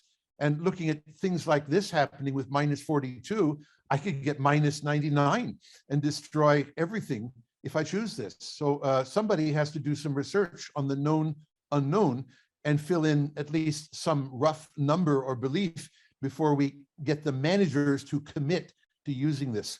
Managers should be taught, do not commit to unknowns and high negative side effects. This is what engineers do. They look at side effects of their decisions. So an impact estimation table, this is maybe the main effect here on this, but everything else is by definition then a side effect. And I've brought in 2 different cost or resource constraints, which can be considered a kind of side effect. If I do this, I'm going to have to suffer these costs. Okay, so quite a few things happening here, very many multiples. Number one, the fact that there's a whole book now available on the impact estimation table for free. And there's a whole booklet on the UN sustainability planning for free, which you'll find later. So I've got 2 more minutes, and I put this here just to think about it. But what I did is I posed some questions that I'd be very happy to answer if somebody would say, yeah, do that. But for example, if you do not quantify these values, is it logically possible to if you don't quantify the values here, is it logically possible to quantify the impacts? Okay, no. What does it mean if you cannot put a number on your goals? If you just have, you know, the United Nations fuzzy bullshit here. It means you really don't know what you're talking about, something like that. And here's another question. What does it mean if you cannot put an estimate on the impacts of your strategies? In other words, you cannot, you know the strategy and you know the goal, but you cannot estimate how much good or bad it will do. What does it mean? It means you're incompetent as an architect or engineer. Okay, so with that in mind, we've 1 minute before we've reached it, we can go into question mode. I'm going to start looking at the chat. Russell's, okay, so we're into 30 minutes of free discussion, question and answer, starting with things, and it says, is it possible to get a single link to all of Tom's free books? Well, yeah, the last slide in these slides has linked to all the books I have talked about. And most of those books, like the SEA book that Reid has put a link in here, have a very large number of papers, slides, audios, and books, order of magnitude 1 to 200 references to my books, most of which are free. And the few that are not free are dirt cheap, or you can get them free from me by saying, I'm a poor student, I will read your book, but I need a free digital copy. You'll always get a yes to me from that. My son always says, if you give away free books, Tom, nobody will respect you in the morning. So you have to charge people so they respect what you've written. That's ridiculous. Some of the best knowledge in the world is absolutely free, of course. Okay, so yeah, for example, so check at the back in the references of all the references I have given you. You will find more books than you can read if you were to do it full time the rest of this year. And that should be sufficient for understanding my methods. I hope that helps Russell. Much appreciated. Okay. So we're open for questions, and I point out that Uraid has put the SEA book, and you can get the link now, get the book, and you can scan through it and see how detailed prescription I have for very advanced architecture and very advanced agile architecture. Have fun. So we're open for any kind of discussion. Are the microphones open enough for people to talk? They should be. They should be, okay. So if you want to ask an oral question, we don't have any more in the chat that I can see. Tom, So I've you might like to remark on what your link is. I see it's NASA, but I don't know much more about it without pushing the button. Sorry, you open for a question, Tom? Yes, we want, well, I want discussion, and questions is one form of Okay. discussion. Well, But just people can put out their personal opinion if they'd like. well, it's just like a general, I suppose, observation in a way. In Right, that, Paul. Yeah. if we look at the cycle of development and change, and look at the very start of that, we should be looking at innovation and creative change, and that area itself maybe should be placed under some kind of quality control, so that IT departments and even business analysts really don't have to take on a lot of the difficulties that have been identified today, so that the issue is moved further back in the development cycle, and that the resources, the managers, the directors, the stakeholders, people who want to see change, should be able to define it correctly before we have to take it on. Is that something that could happen? Yeah. What I'm going to do is, first, I'm going to your innovation, I'm going to put something, I've got some books and some slides on creativity and innovation. I just put them in, okay? Yep. So that's my large-scale detailed answer to you. Okay. So I'm very interested in innovation. I've written whole books on it, okay? Okay. And by the way, I start off by defining innovation differently from everybody else on the planet. In simple terms, I say it's innovative if you didn't have it before, even if it's old and it's useful. It doesn't have to be new and useless. Let's just have a little bit of fun with people, because there's this, you know, if absolutely new, even if it's useless, seems like a ridiculous idea to me, but that's how some people seem to think. Yeah. By the way, sorry, Maru, is there some way we can save the chat? Yes, everybody can go to the little 3 dots at the bottom and save the chat for themselves. And maybe, right at the end, you save the chat and make it available for everybody. How's that? It says here the dots are deactivated here. Can anybody save the chat? We'll get some feedback on it. We'll check. Okay, we as the host can at least save the chat, and then we will make it available. Maybe even put in a link to it as we're during this session. The chat. I'm taking notes at the moment, and then we'll run them with you and maybe add a slide. I think Michael raising his hand for a question as well. Just yeah, did we finish with Paul? Was it Paul who was? I lost track now. All right, no, that's fine. It's fine. I think you did. It's interesting, and I've got a reference to your work. I can look at that. Okay, Paul, I have a feeling you and I should just talk for about an hour. So I invite you to tell me a time you have an hour. Okay, right. Fair enough. That includes this evening, I should say. My wife is in London. I'm all alone and got plenty of time to have fun. Okay, great. Yeah. So, okay, next hi, question. can I ask a question, please? Russell, yes. Okay. So right now I'm working as a technical project manager for a fintech application. So one of the requirements we have received from our stakeholder recently is that we need to integrate the live chat feature for our application. So Sorry, when we receive Russell, wait a minute. I need to understand the word you said. The life, it sounded like life chat. live feature. chat, as in help desk.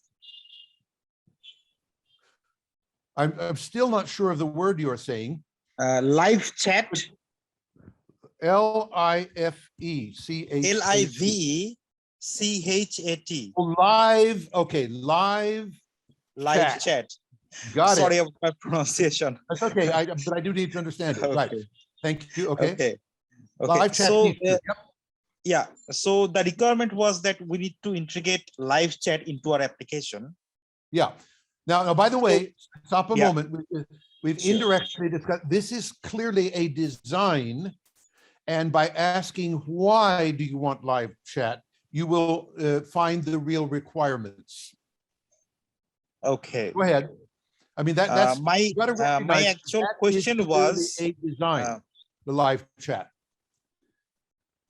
And sorry? The danger is that you implement live chat and people only get half of the effect they were expecting.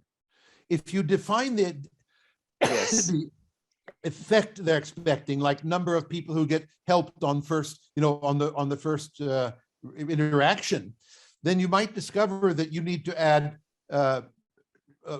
3 other strategies to guarantee 95% get helped on the first interaction with the company. Yes.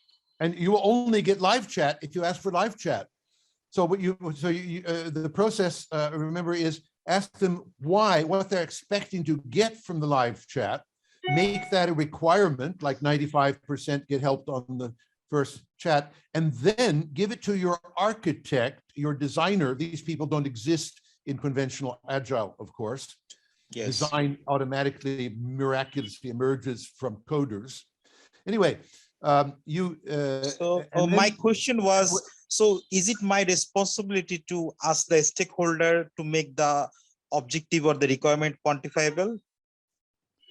It is, yes. So the people who are receiving this requirement for live chat are responsible for being well trained, which I'm trying to help you do. Yes. So that they know this is a strategy, not a requirement. So they know they should ask what the purpose or purposes are. So they can then write these down and get approval from the same people who ask for live chat. Is this what you really want? Even if we don't do live chat. See? Okay. And then you have permission to hand this requirement to the architect that says, yeah, okay, a little bit of live chat and a little bit of this and a little bit of that magic. And then we reach the requirement. Okay. Again, the detail of this process is in the Software Enterprise Architecture book, free link in the chat now. Okay.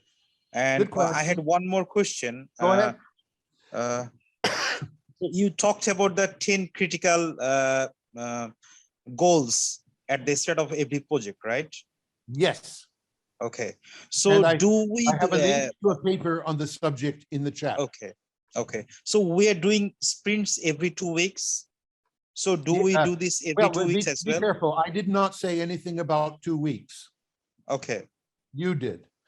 Yes. Now, I historically, I've been a great believer in every week, but I started doing this 30, 40 years ago. Yes. You know, okay. So we have people like Elon Musk, and I have a book called Musk's Methods, which you'll find in my LinkedIn and Twitter, free book. He actually practices every day. I see. And Lean Startup practices 60 times a day. Okay, so the frequency of delivery varies depending on a whole lot of things, and every 2 weeks is far too long a time for Elon Musk. He'd go crazy if you said that. Yes, maybe so. Okay, so by the way, I'd like to share with everybody the Musk's Methods book. Raid, can you put the link to Musk Methods in there? And Raid said, yeah, will do. And we have Michael and Martin raising hands, and Michael was first. Just to Okay, let you by know. the way, Ride, Thank you, said Tom. the chat can be saved. You can save it. You're a host. What we don't know is if a non-host participant can save it. I checked, it saves at my side, but then if no one can save it, we can save it. And I we'll do not how see to- any option to save the chat. Yeah, we will save it and make it available. That's a done thing. Thank you very much. If anybody who's a non-host participant says, I can save the chat now, that would be very interesting. Okay, question from Michael and then Martin. Michael.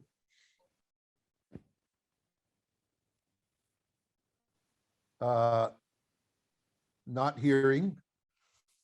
First guy who gets the microphone gets the question.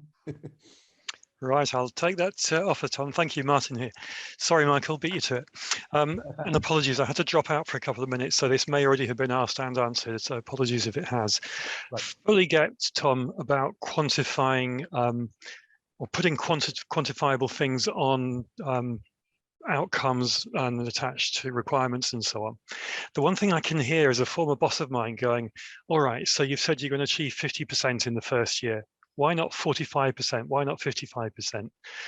And yeah, just picking this does look a bit like just picking numbers out of the air. So to what extent do you think these numbers have to be justified, particularly the why not 45, why not 55 thing?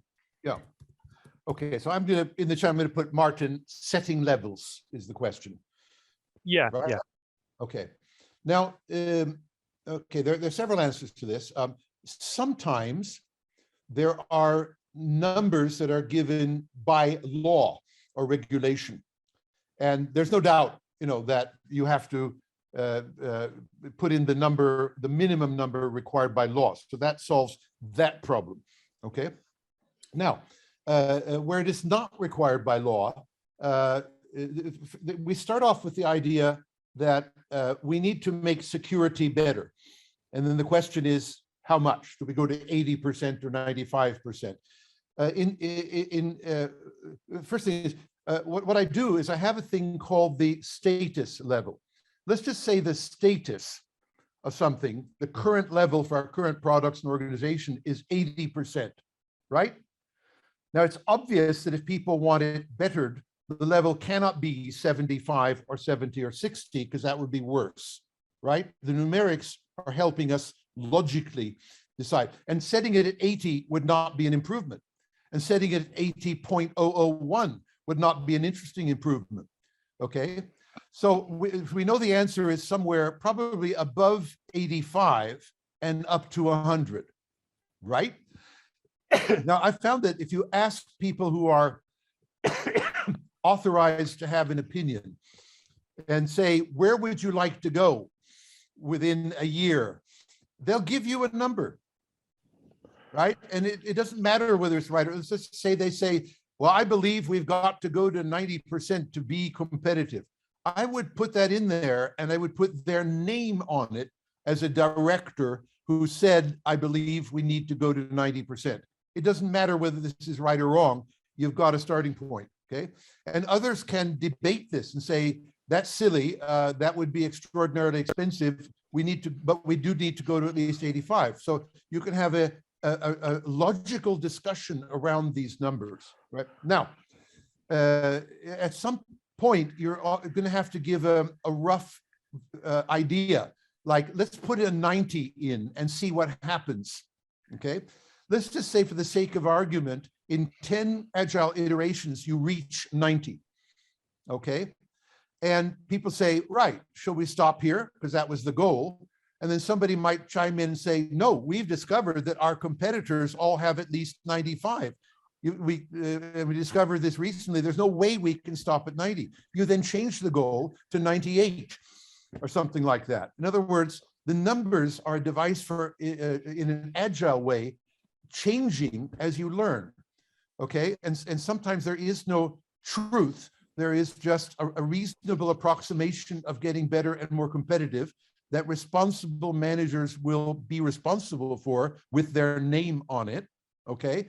And then you have to move in that direction in agile way and see what happens. For example, an attempt to go to 90% security, you might have gotten to 85, and then you discover it's extraordinarily costly to go any further, and it's much more costly than anybody imagined. And somebody points out this is not cost effective. We should rather be doing something else with our money, in which case you may change the goal of 90 down to 85 or 86 or something like that. Okay, so it's a dynamic learning process, which is what Agile is all about. Good, we got the Musk Methods booklet. I submit to you all that Musk, along with another hero of mine, Jeff Bezos of Amazon, are the great heroes of Agile in practice, and we should study their methods. And what I've done is, since Musk hasn't yet released his autobiography edited by Walter Isaacson, but it's coming up, I've captured what he said and what other people have said about his methods and put them into a free booklet. And if instead of learning Scrum or SAFe or something like that, I suggest we study Musk's methods for free and try to practice in the direction of his radical but extremely successful ideas.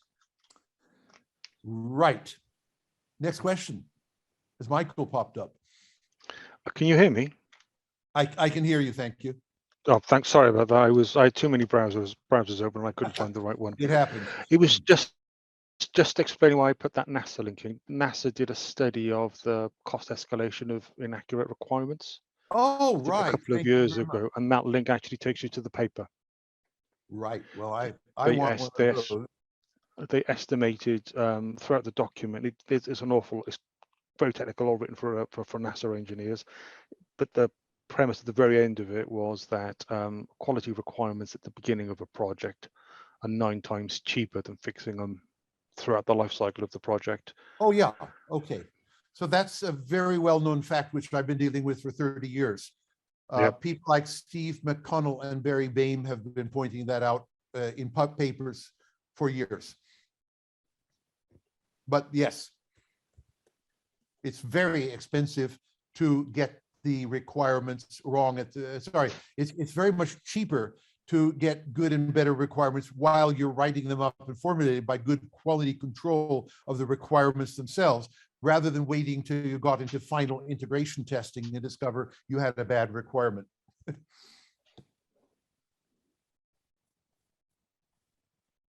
So thank you. I've captured that and I'll have fun checking it out. I don't know what date it has or anything like that.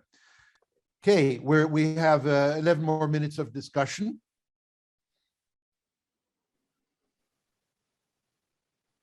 Good.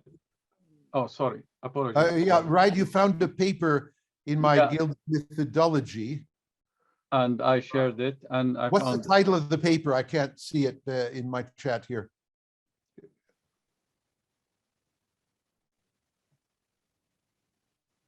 Okay. Click to open. The paper. Oh, that's the top 10 critical. Yeah, right. We already had that. Okay. Fine. Next question.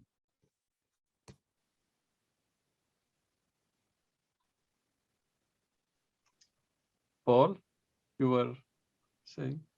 Yeah, I'm just waiting for a question orally or in the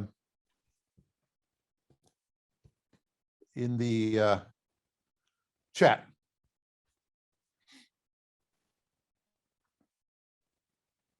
Ten more minutes.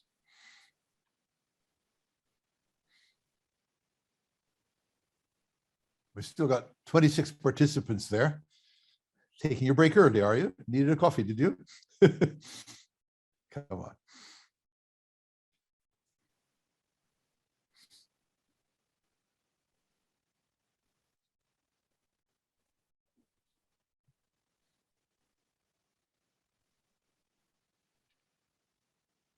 Maru, go ahead. I've always wondered, and I wouldn't be surprised if my question I'm going to ask now is answered in one of your books. I have to be honest, I didn't read all of them. I'm studying one of them in detail, competitive engineering. But my question is this: you alluded to at some point that estimations can be the result can be transient result of a negotiation process between the stakeholders. Let's say people who are informed. Yes, correct. Is there a, like in the many simulations and games, serious games for Agile, is there negotiation processes to do the same in your methods for not only the estimation of the effort or the estimation of the cost or estimation of the revenue or the value, etc.? Is there a cluster of methods that you've discussed in one of your works about such negotiations? Okay, I do not describe such methods of negotiation between parties. I describe other methods of estimation and have several papers and books on it. I don't know, Wright, if you can find some things on at least one good BCS talk I've done on estimation. We'll look for it now. Now I'll tell you what I've learned about estimation in general. I've learned that it's extremely difficult to estimate anything reliably because there will always be things that you never considered or which happened afterwards which affect the outcome. So in a sense, there's no way of getting a perfect estimation. I'll tell you the second thing I've learned, and I put it in the talk. The key word here is the IBM clean room method by Hardin Mills. They had a problem. They had to reach the deadline in the contract with the government and get extremely high qualities for military and space systems, and they did it. And what they did was they used Agile, and what they did was they successively used Agile feedback to change their architecture so that they reached the fixed deadline, fixed budget, and other estimates that they had to make. In other words, the most successful method for estimating is Agile re-estimation continuously and adjusting the architecture to reduce costs and time. And this is successfully done for dozens of real projects over a 10-year period. And it's hopefully it's in my papers on estimation, my talks on estimation, and my references to clean room, which you will find in the SEA book and other books. And if that isn't clear, ask me and I'll send you the stuff. I'll do my part of the job and I'll go study those things as soon as I'm done with competitive engineering. Yeah, a logical follow-up. If I don't know how much time we have, right? But we have 6 minutes. Go ahead. Nobody else in the queue. So a follow-up question would be: I regard the estimation skills as more of a combination of pragmatics and heuristics, like in language engineering, than the result of a process. That means there is a huge component of invisible systemics to it that is part of the learning of the team. So my question is this: since this is part of the competencies of the team, exactly as their methodical competencies or technical competencies to build what they're building, their estimation skills, they are also building their estimation skills. It's kind of a platform. Yes. Do you know of methods that allow teams to observe the accuracy and the techniques that they're using to estimate and their outcomes and improve on them? You know what I mean? As they're building skills? Yeah. Well, now, actually, the Musk's Methods booklet will give you information about how Tesla and other companies, SpaceX, do it, okay? They talk a lot about what they measure, what they don't measure, and what they measure initially but don't. For example, I'll give a simple example. Musk specifically says that in initial stages of building something, we might have let's say 10 different measures of sub-processes. But once we've optimized them, they are causing cost, and we drop them and we deal with a final measure. So that's an example of the wisdom and insights of practical measurement in the Tesla or Musk community. The other thing is both Amazon, Bezos. I'm reading a book, my second book about Bezos and Amazon, called something like Invent. I almost never don't. It's called like Invent and Renew or something like that. But it's very clear that Amazon does an awful lot of measuring and estimating in multiple dimensions. And they talk about it in depth. And Jeff Bezos is a fanatic on measurement. And it's very similar to what Musk does. So really good models of seriously successful businesses who measure multiple qualities simultaneously and in an agile way. I think we, better than reading any book on Scrum or Agile, read a book on Bezos and Amazon, or read a book on Musk's methods, would be my advice. Better advice there than any other place. And it's practical, it's real, and we all know the business success it has led to. Do you know? And there's a lot of by the way, there's a lot of software there in both cases, in case you wondered. Oh, I'm not surprised. Do you recall maybe the name of the book on Amazon's techniques? I was trying to avoid looking for it, so I didn't screw up. If you don't find it, I'll send you an email. Don't worry. It's not. Yeah, it's called this one. I can bring it up another way. I'll bring it up on my iPad so I don't screw up my. It's called Invent and Wonder: The Collected Writings of Jeff Bezos, with an introduction by Walter Isaacson. Walter Isaacson's fascinating because he, aside from writing a book on Steve Jobs and Leonardo da Vinci, has Bezos has gotten the assignment to be the biographer of Elon Musk, and his book is coming out in the future, but you can't pre-order it even yet. Yeah, Invent and Wonder. That's right. I'm reading the book now. I think it's incredibly detailed insight with practical methods and experiences from Jeff Bezos, for example. And, both he and Musk are two of the same kind in terms of their rigorous thinking. I want to tell a Jeff Bezos story with the 2 minutes I have left. I mentioned this idea that they decided 20, 30 years ago to drop PowerPoint slides, totally forbid them.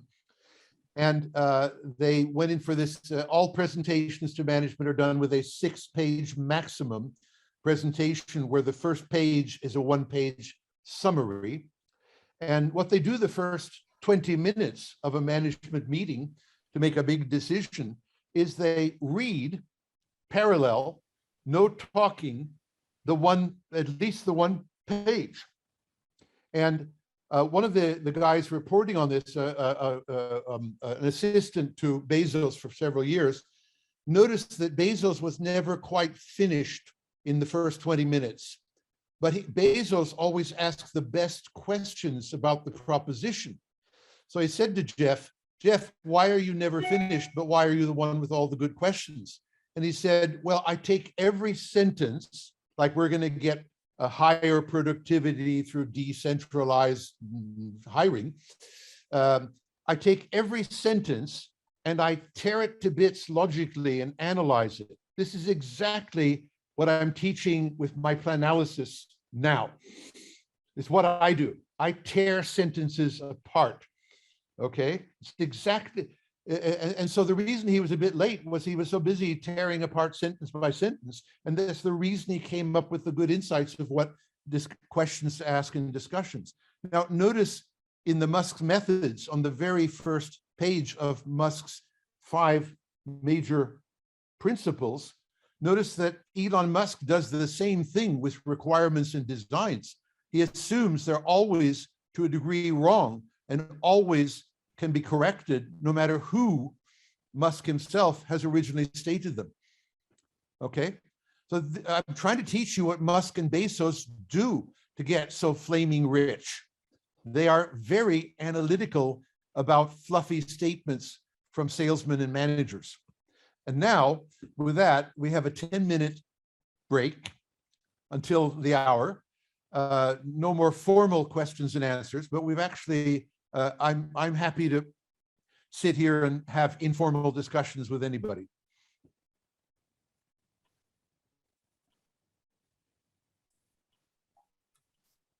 Thank you. Thank you. I'll go back to studying competitive engineering. Go back and study it, yeah. Hey, by the Tom. way, Marta, but can somebody put in the link to a free digital copy of Competitive Engineering?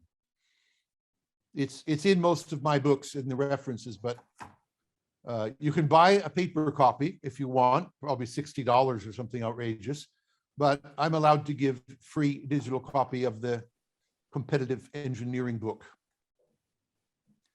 And so this is the basic definition of my planning language, which is what I'm talking about.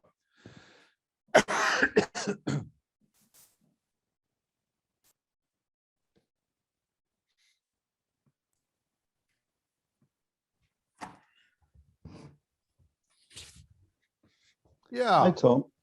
Hi, Paul again. Yes. Sorry, you mentioned about having a chat later today. Yes. Is that something we could do? Yeah, sure. Let me take a peek at my calendar. When we're done here, I've got the whole evening aside from the onerous task of making my own dinner in the absence of my dear wife. But let's see. So we are Thursday, 19th of May. Anytime this evening that pleases you to send me an email and an invite. I'll do that. I'll do that right Zoom. away. Yeah, That's good. That's okay. Good. Great. Thank you. Give me a break after this for about an hour. Sure. Sure. Pleasure. Is my mic working? Yes, it is. I didn't see who it was because I was looking at my. Yeah. Paul. Oh, hey, Tom. Bruce Lerner. Bruce Lerner. Hello, Bruce. Go ahead. Sorry.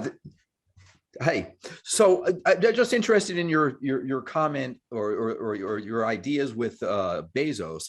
How is a lot of what he does different than historical Taylorism, which had many failures on the public that it was pushed into? Yeah, I think they are radically different on 50 major points. I wouldn't even begin to compare them. It is definitely not top-down authoritarian direction. That would be a misunderstanding of what it is. Again, I think if you just start reading one of the Bezos books, you will see the differences. But I could start listing them right now. I'm actually, I agree with that. I agree with that. Oh. But if you bring it down to surely the delivery system and the warehouse system, and you take a look at the kinds of issues they have with repetitive injuries, et cetera, there's a mindset there that seems to be so extreme that it's ignoring some other aspects of society. To be clear, I'm not talking about their delivery mechanisms, which could look like an old style factory. I'm talking about their decision-making programs that build up the factories and their distribution. I'm talking about their development process and management process. I'm not talking about their distribution process, which I understand now why you said Taylorism. Now, by the way, I'll give you a simple answer. The reason their distribution systems are the way they are, however draconian, is they work. They deliver the values and they make a fortune. That's very simple. It's obvious that the making a fortune part is reasonably true. Let's see, we got, and Andy put in the competitive engineering book. Okay. That's fine. That wasn't the direct link to competitive. By the way, you can get the book at gilb.com, my website. Get an offer of free competitive engineering. But what Andy put in the chat will arguably work. I don't know that particular site, but that's interesting. Martin already put a link, and I think it directs to your website. Oh yeah, I didn't see what Martin had done. I'm seeing it now. Yeah, Martin has a direct link to the free PDF in my site, and of course, Kindle and paper copies if you want to pay. But I don't want to earn money. I want you to read my ideas and practice them, and if you can, improve them. Challenge.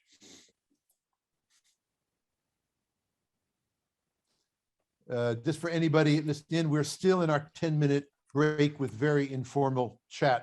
And we're going to begin in another 4 minutes. Two questions concerning impact estimation tables. Yes, First question is, what is the general size in average when you're using them? Because basically, my judgment, if one uses about 9 parameters, then one need about 81, estimated 81 values of 9 parameters, 9 goals, something like that. Yeah. So what are the typical sizes of the impact estimation tables that you are using in your practice? That's the first question. Yeah. Well, as you can see from the examples, one page, whatever fits on a page is a good starter. So 50 by 50, 50 by 50 will not be visible on a page, right? So very rough approximation, 10 by 10. Now, what happens when you get to 10 by 10 is we decompose into a related hierarchy of tables. So we can have the top level, 10 critical requirements with 10 strategies. And then any one of those requirements or strategies can be decomposed and we can look at them in detail. And I talk about that in the architecture book, among other places. And I talk about it in the impact estimation table book from 2022. So it's just a matter of human convenience of, 10 is about the maximum number before you need to hide less important things somehow and deal with them with more detailed tables. Yeah. So we actually can link these tables automatically so that you can have any number of levels of related tables. Yeah, then second question is... before we go on here, a Ukrainian friend of mine offered to get his Ukrainian friends to translate my book, Value Planning, of 700 pages to Ukrainian. And I said to him, you may do that to Ukrainian. And one thing, I don't want my ideas to ever fall into the hands of an evil person like Vladimir Putin. So he went and translated the book, and it may not surprise you, but it surprised me. He translated it to Russian. And I said, hey, we had a deal here. It was going to go to Ukrainian, not Russian. He said, yeah. But this is the first stage of translation to Ukrainian. Anyway, long story short, if you go to LeanPub and look for the book Value Planning, you will find the Russian version. And if you want to, I will send you the Russian version on request for free. I'm sorry, I can't send you the Ukrainian version because my Ukrainian friends didn't yet translate it to Ukrainian. But we will when you want to. Yeah, I read competitive engineering book and other books. So my question is more concerning the practical users, because one thing that struck me, at least when reading the reports, for example, from Norwegian firm which was doing questionnaires, you were having on your side, confirm it or something like that. I confirm. That's my little Norwegian client who does things extremely well. Yeah, but the question was that they tried using it's impact estimation tables and then they dropped using it. So the question is, do you have clients, or what are the strategies for sustainable usage of impact estimation table? Okay. So okay. I'm going to have to answer this question later, either by email. It's a long question. I'll give you an example of sustainable use of all my method. It is Intel, which has for 20 years, training 20,000 engineers, persisted in using my methods successfully. And if you look in the references to most of my books, you will find the Intel references and detailed data about success. That's the simple answer. Okay, but we need to tell. Okay, so now I'm going to start session three. And just a moment, I'm going to close chat. So this is session 3. I will chat for about 20 minutes. So what I'm going to show here is some real plans. And I'm going to start with something I've shown a little bit of before.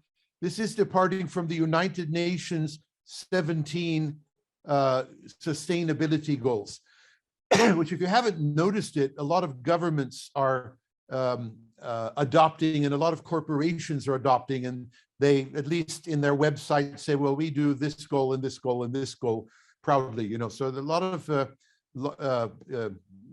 of executives are trying to say we're good boys and we're doing sustainability goals. Now, my sustainability planning book, which is here is a UN. Here's the link, ungoals.guild, free book. I mainly analyze the poverty goal, and then I also have analyzed a little bit of the goal 8, employment and growth. Now, here is an example of one of the goals.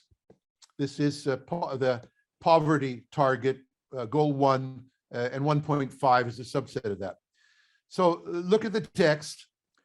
By 2030, okay, that's the deadline. Build the resilience of the poor, blah, blah, blah, blah, blah, blah, blah, you can read. Now, notice what I've done. I've taken all the clearly ambiguous words that have obviously more than one possible interpretation, and I've highlighted them, okay? So here we have a statement which has extreme incomprehensibility, unintelligibility. You know, nobody knows what all these things mean, okay?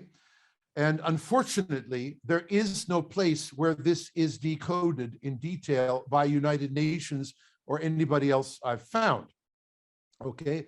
So the United Nations at best will need to go to 3030 to do all this stuff when they figure out what it is, and will waste a tremendous amount of money and effort, and the poor will get poorer and the rich will get richer, and you know the rest of it, okay?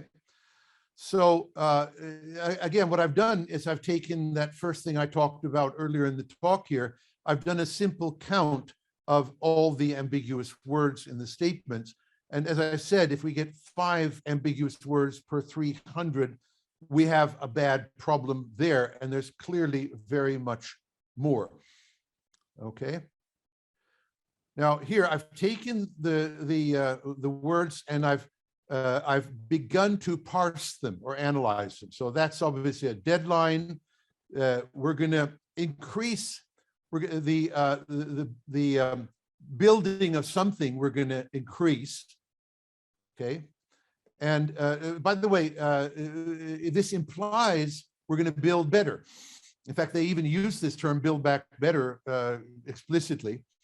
So we know that build means do something better. So this means we need to look for a scale of measure and look for a number. And then it says resilience. So, aha, that's the main thing we want to build. We don't want to build huts.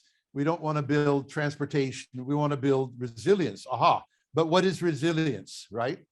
And by the way, resilience for what? Well, for the poor. So here they are.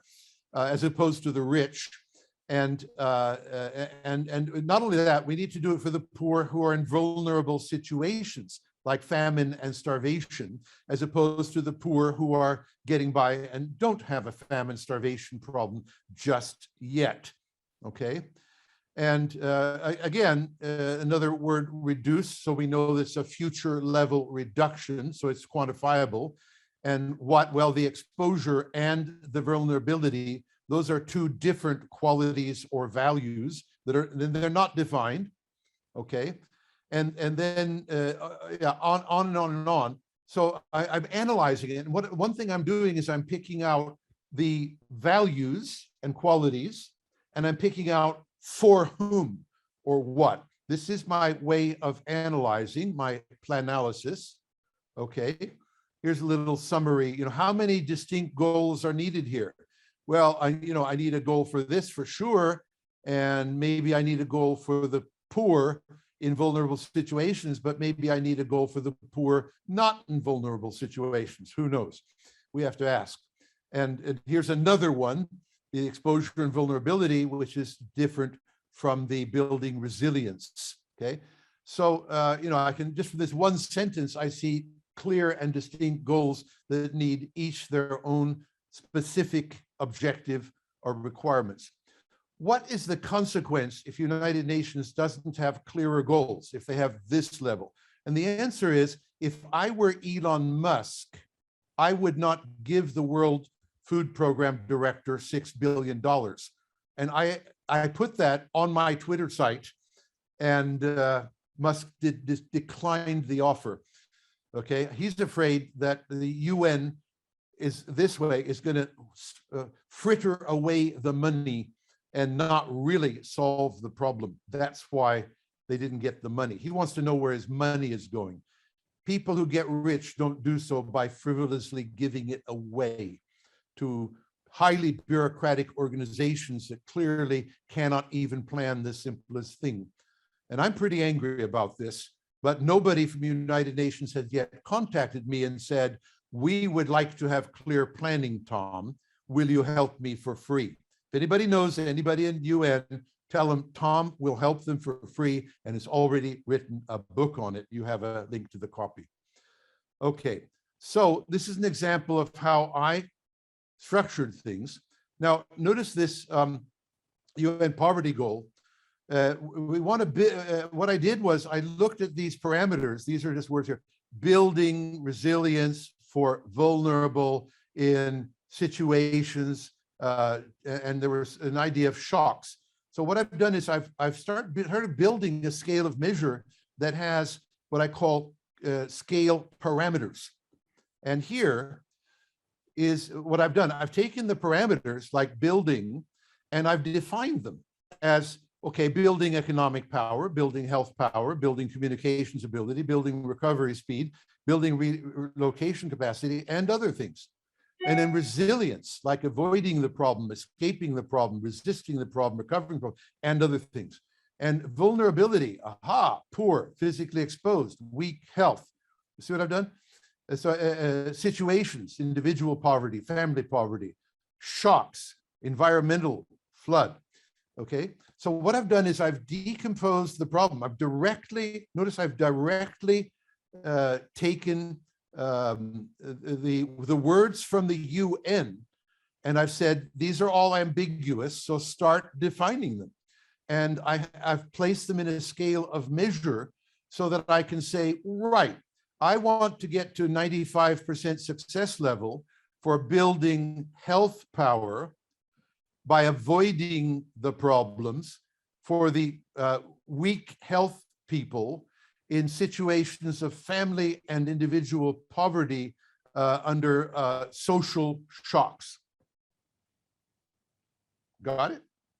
What I'm doing, I'm showing you a method of decomposition I have invented. You won't find this anywhere else, for slicing up a very complex problem like saving the world into slices which then become agile delivery steps, also known as sprints. You're looking, and you will find detail on this in the Quantifiable book and in the decomposition chapter of the architecture book. Okay, so I'm teaching one of several methods I have for decomposing highly complex systems into smaller, high priority things. I don't just choose random things here. I ask people, what should we build of highest priority? If they say health power, I said, that's what we're going to do in the first few sprints. What kind of resilience? And they say avoiding it smartest. Okay, we'll do that first. I actually get, this is actually a prioritization mechanism as well as a decomposition and slicing mechanism. And if you want a powerful way of understanding and dealing with agile, with complex systems, you will take the trouble to understand what I'm doing. It is detailed in this Quantifiable booklet and several of the others, okay? Here is an example of a one-page requirement statement for the disaster protection for poverty, okay? Here's the ambition level. This is the bullshit level we looked at. This is the UN level. I put that in there and credit the UN with their bullshit. I then say, okay, bullshit isn't good enough for seriously helping the poor. So let's define a scale of measure. So here's the scale of measure with scale parameters like building, resilience, vulnerable situations, shocks. And then when I, for example, set a goal, I say the goal of 95 is for health power, escaping, weak health, family poverty, and client and environment. I've now chosen a slice of the gigantic complex worldwide problem to deliver in 2030. Let's see, goal 95. Okay, here it is. Here, by the way, is the scale of measure, together with some status, you know, how bad are things today, together with some future goals, together with a tolerable level, which is the worst acceptable case, a minimum, and together with a stretch level, which is extremely ambitious if we can figure out how to do it in a cost-effective manner. And here, having clicked this status, is the decoding of this. This, by the way, is the same as this one down here. I'm using a tool, by the way, called ValPlan, which is a way of automating the language methods.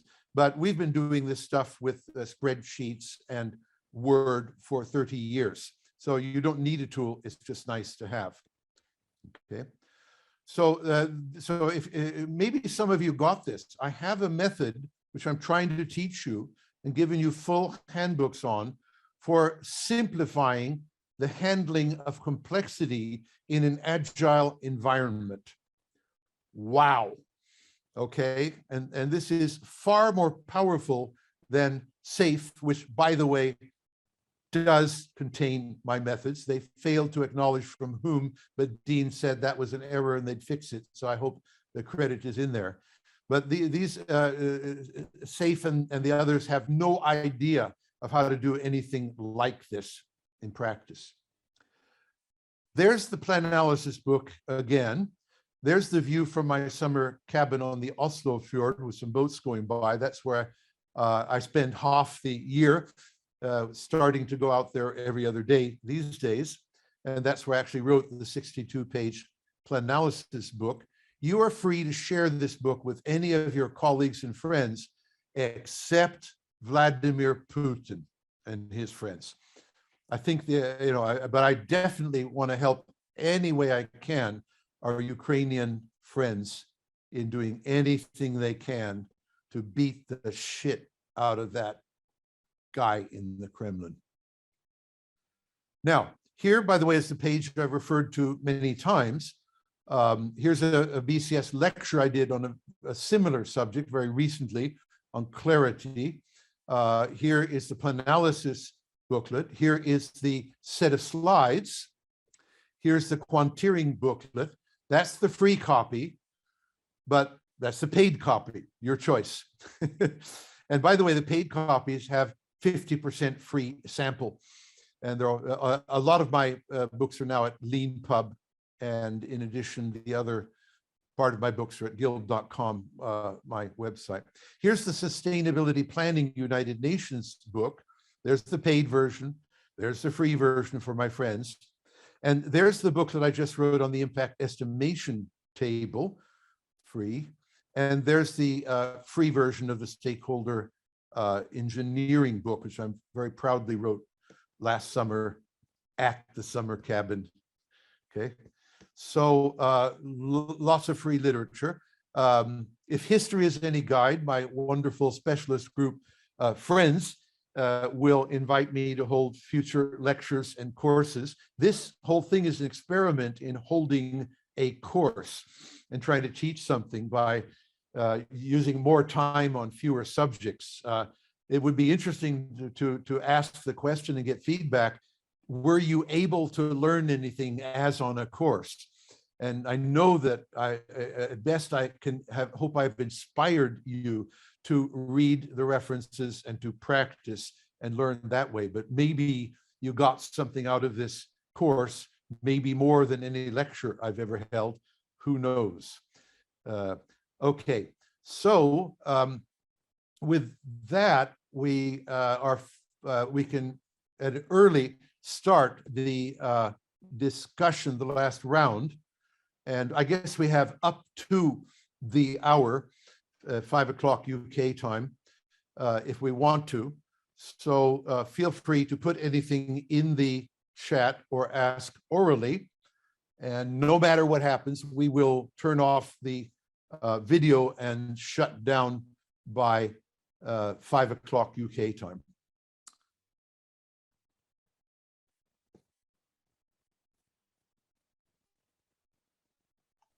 Thank you, So, Tom. yeah. Oh, I should, sorry, there was one point I want to make that I didn't make on this. So I've given you an example of a sort of a one-page requirement. What I didn't quite tell you was it's what we call a one-liner summary of the requirement. So, for example, if I double click on the scale line, I will get about 10 lines of detail of the scale and how these various things are defined. Okay, but I'm hiding the detail so I can get a management overview in a single page. So this is not the fully detailed requirement, but it's very detailed and good enough for management purposes. That's all I want to say. Now, yeah, so go ahead, and anybody who wants to discuss or ask questions or proffer opinions.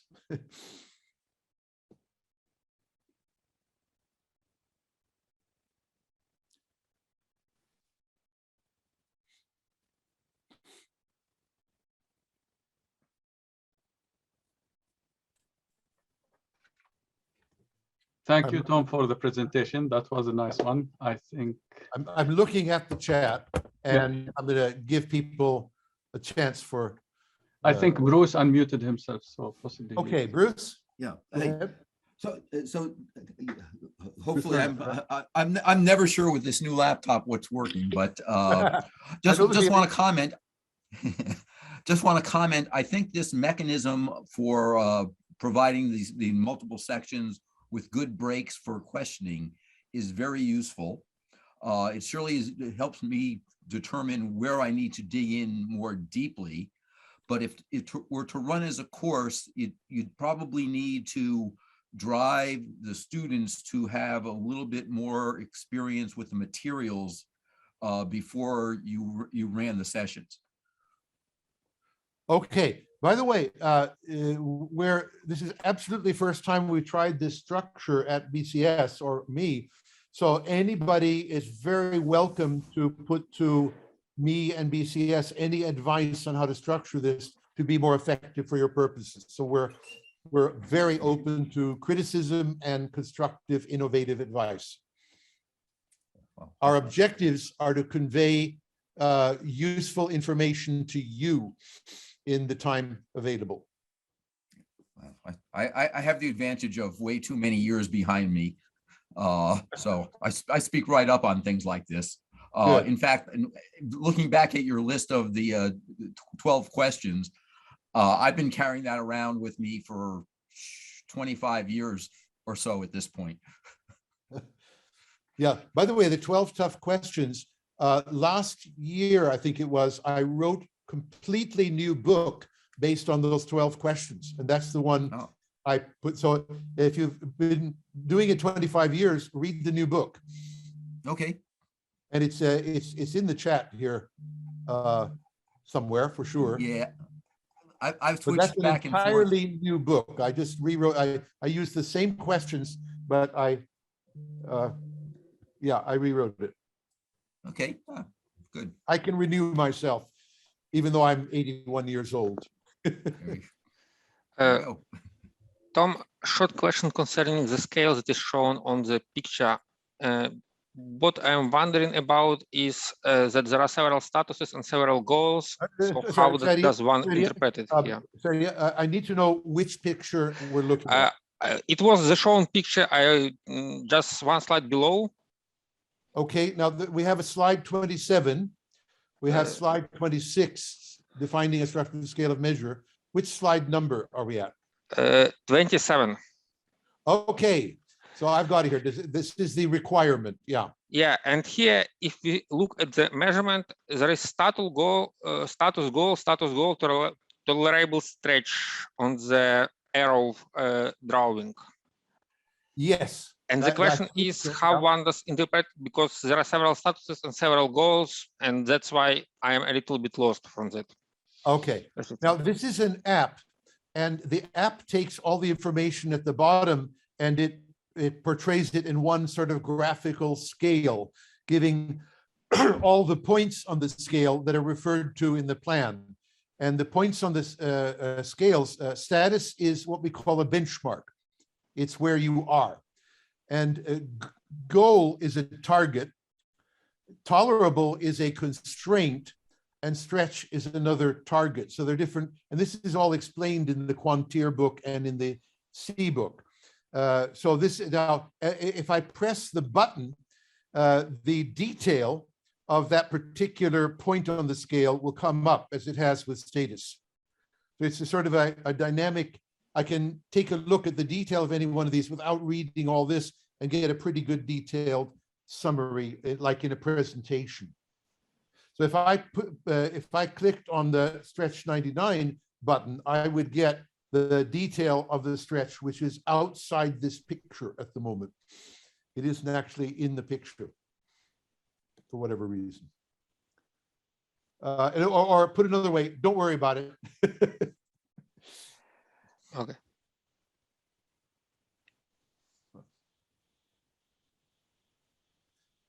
Okay, open up for any opinions, discussion, questions. Tom, if I'm reading that right, what you're saying is the current status for this particular goal is at 50%. Can you speak up, Michael? Sorry, can you hear me now? Better. Yeah, better. Sorry, the microphone was slightly twisted. So in this example, the current status, the baseline value is 50%. Yes. And what you're aiming for as the goal is 95%. Yes. But if you only went up to 90, that would be acceptable. And the stretch goal is 99.5. Right. Now, notice there are two goals here. That's what I was going to ask you, yeah. Yeah. So, but they would be like for different times, different deadlines. So maybe the first year we get to 95 and the second year we get to 98. It could also be for different combinations of the parameters, like different vulnerable people. See? And we don't know until we take a look at what we've got here or here. Okay.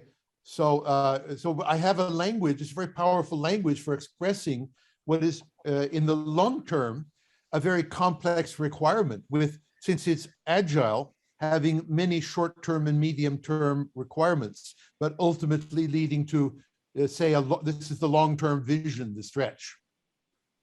See? But I can express this all precisely and unambiguously and measurably. By the way, the meter statement specifies the testing process. How are we going to find out where we are along the scale in an agile process? Perfect. Thanks very much. Pleasure.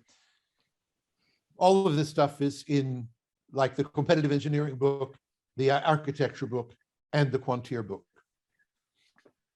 This is basic language.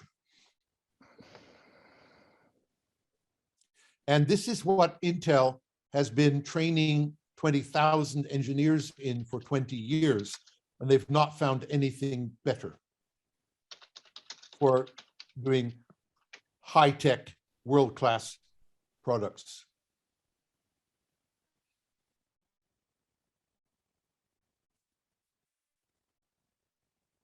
Do you discuss the overall agile life cycle process in any of your books? Yes. Now, by the way, I have a series of books which you will find on my LeanPub site. So leanpub.com/something or other, you'll find it. They're called one is called Value Agile. Another is called Value Management. Another is called Value Requirements, right? Now, Value Agile will give you the agile overview of my methods. In the old days, before agile was a currently popular term, when I was writing about it in 1976 in my software metrics book, I described agile there, but I called it evolutionary or EVO process. Okay, so agile is a rebranding of that term. Almost everybody who was an agile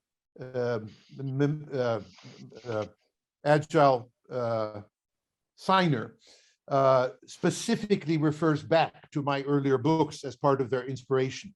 People like Beck and Sutherland, etc. So I have some claim to being the grandfather of agile because I put it in print decades before the Agile Manifesto, and these guys were old enough to have read my books by the time they got together at Snowbird and said, let's write a manifesto. Okay. Thank you. So by the way, my agile process is, we have a thing called the agile cycle, and it is actually very similar to Deming and Juran's plan, do, study, act cycle, with a few extra things in it like decompose and prioritize and things like that. So in my books, you will find the EVO cycle. So right now here, I'm focusing on one thing and one thing only. That is the requirement, the bad requirements, and analyzing them. That's so I'm another time I can certainly hold a course or a lecture on my agile cycle EVO. But it is in writing in the books named. And if that doesn't work, email me and say, I want your cycle stuff, Tom, please just send me a link. No problem, you'll get it this evening. Right, can you find something with the EVO guild cycle in it? It is in the architecture one that you put in there. And it is in the EVO chapter in the competitive engineering book. That's pretty good. But the value agile book or value management address it as an agile subject.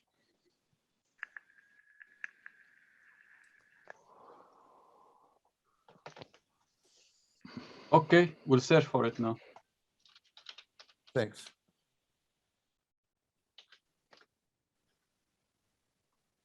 Ah, you put in a design evaluation paper. That's nice. Okay. So I put in design evaluation paper. There's the Invent and Wonder by Bezos, right? Oh, let's see. Madhu has a question I didn't answer. With the obligation for everyone to read the 1 to 6 pages of memo, or else they are not allowed in the meeting. No, they are not obliged to read the memo before attending the meeting. On the contrary, they're allowed to, but they're not always given the documentation before the meeting because managers are busy in all their other meetings. So the first time everybody must read it is the first 20 minutes of the 1 hour meeting. That's when everybody reads it in silence, in parallel. And then the rest of the meeting is discussing, whether to adopt it or not and what things mean and all that. So, and nobody is allowed to present it as you do with PowerPoint slides. You read and then you discuss the content. That's very carefully laid out in the Amazon books. I thought it was very interesting. I mean, get rid of PowerPoint forever. They did it. Replace it with a 1-page summary. That's like my 1 page of the top 10 requirements, isn't it? A 1-page summary. And everybody, all the managers have to read it. They don't get it presented to them any other way except in writing.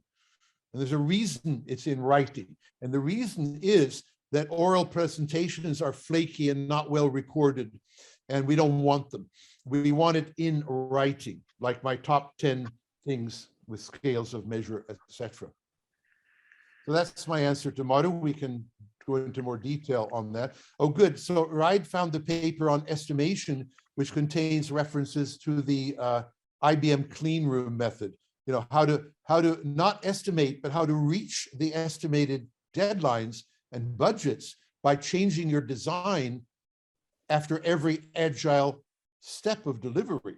That's quite a sexy idea that nobody talking about estimation talks about or seems to know about. There's the competitive engineering book. Maybe I should go to the end.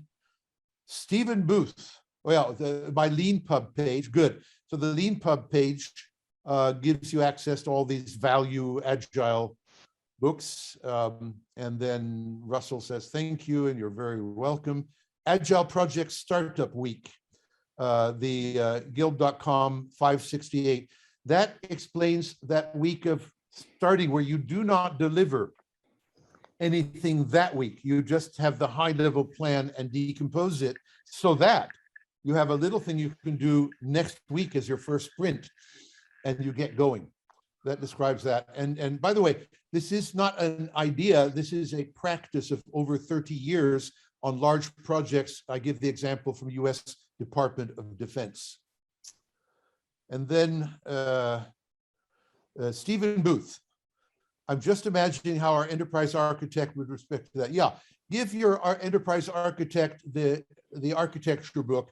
The problem with all the architecture methods is they do not even discuss how to quantify the values and qualities that the architect must architect towards. So as far as I'm concerned, they're all bullshit. All the known architecture methods in IT. I have described this in detail in my value requirements book, and to a degree in my architecture book. So probably they will react negatively because we're now attacking their certification in architecture, which is total bullshit. But as long as they can get paid by their stupid bank for practicing it, they will do that to feed their children. Okay? Now, if you have an extremely enlightened, intelligent, and confident architect, they'll say, wow, I will learn to be a better architect. Thank you very much. I hold free architecture courses. I've done them in London, but I've done them more regularly for about 7 years in Oslo in English. And I will probably continue with it. And I do them as 2-day architecture courses teaching these methods. But you know, whether I do it remotely or in London or in Oslo in English, we'll see. But I'm happy to train people in, for free, I should add, in a superior brand of enterprise architecture. I would argue, and if anybody would like to argue the opposite, I will have the debate with them anytime in writing or orally.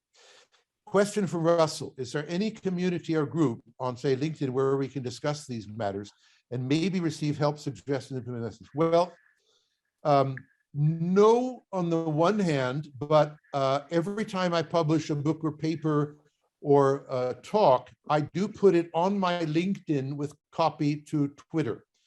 So you could use the opportunity to deal with my LinkedIn and my Twitter, or anybody is welcome to start their own little show for discussing these things. But I can't remember there's any particular LinkedIn which does it, but you're very welcome, and I would become a member and support you. I hope I answered Russell's question. There's the Value Agile book. Good, thank you, Raid. So that really, this is, the problem with Agile is they have begun to talk about values, but they don't even agree on the definition, and they do not define stakeholder values numerically. And so they're just waving their arms. They probably only mean financial value, and they do not mean quite qualities and other values, such as transparency of an AI system. So Value Agile says, how do we deal with the multiple top 10 values of our stakeholders explicitly and quantitatively, and deliver those values sprint by sprint. That's what the agile value does. Pass it along to your agile friends. Thank you, Russell. So put it in the chat or ask orally, but we're open for questions and discussion now.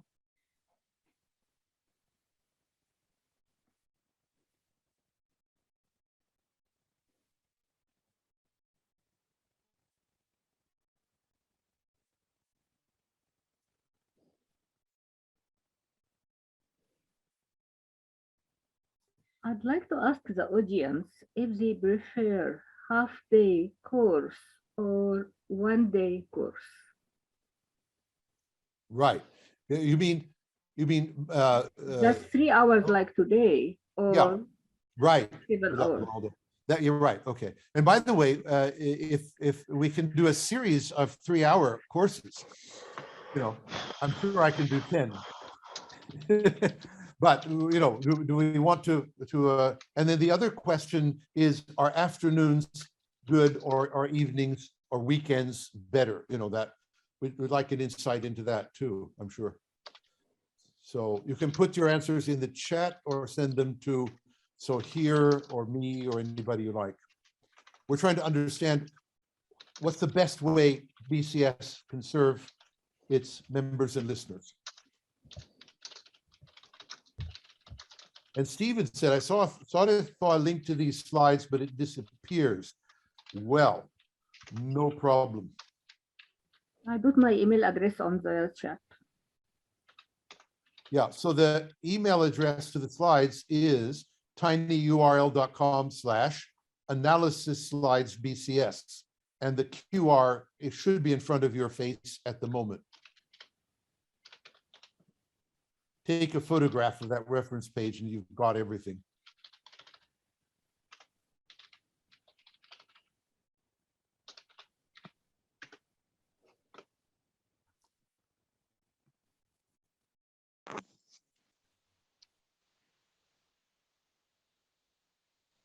See, am I muted? No, I'm unmuted. Okay.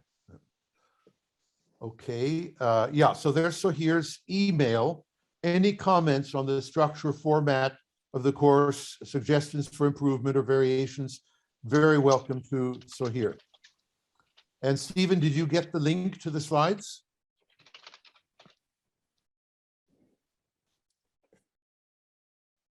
Did anybody get the link to the slides?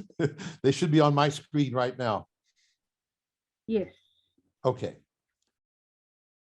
If all else fails and you lose everything, and you can remember my email me and I'll give you the link to the slides. No problem. Glad to know you're interested.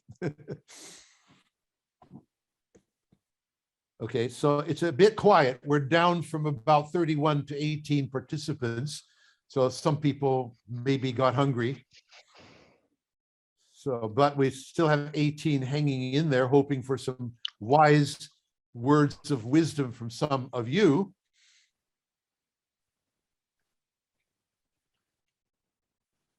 But there comes a point where I'm going to say, do we get any bonuses for that? Okay, sorry, did you say, who said the? Yeah, it's me, Russell. Russell, right? Yeah, since we are the 18 left, so do we get any bonus? That's a very good. So I had a question. I mean, is BCS going to offer any course on agile methodology, or? I mean, yes, we can do it. Now, BCS has done so. If you go to the BCS specialist group on change, no, sorry, what is this? Well, it's Imo's group has been good at collecting all the videos, right? All of us actually, because we have. So here, can you put in a link to a place where my past BCS videos can be found? I give the link for BCS. because we have BCS members on YouTube. Right. I'll try to find it.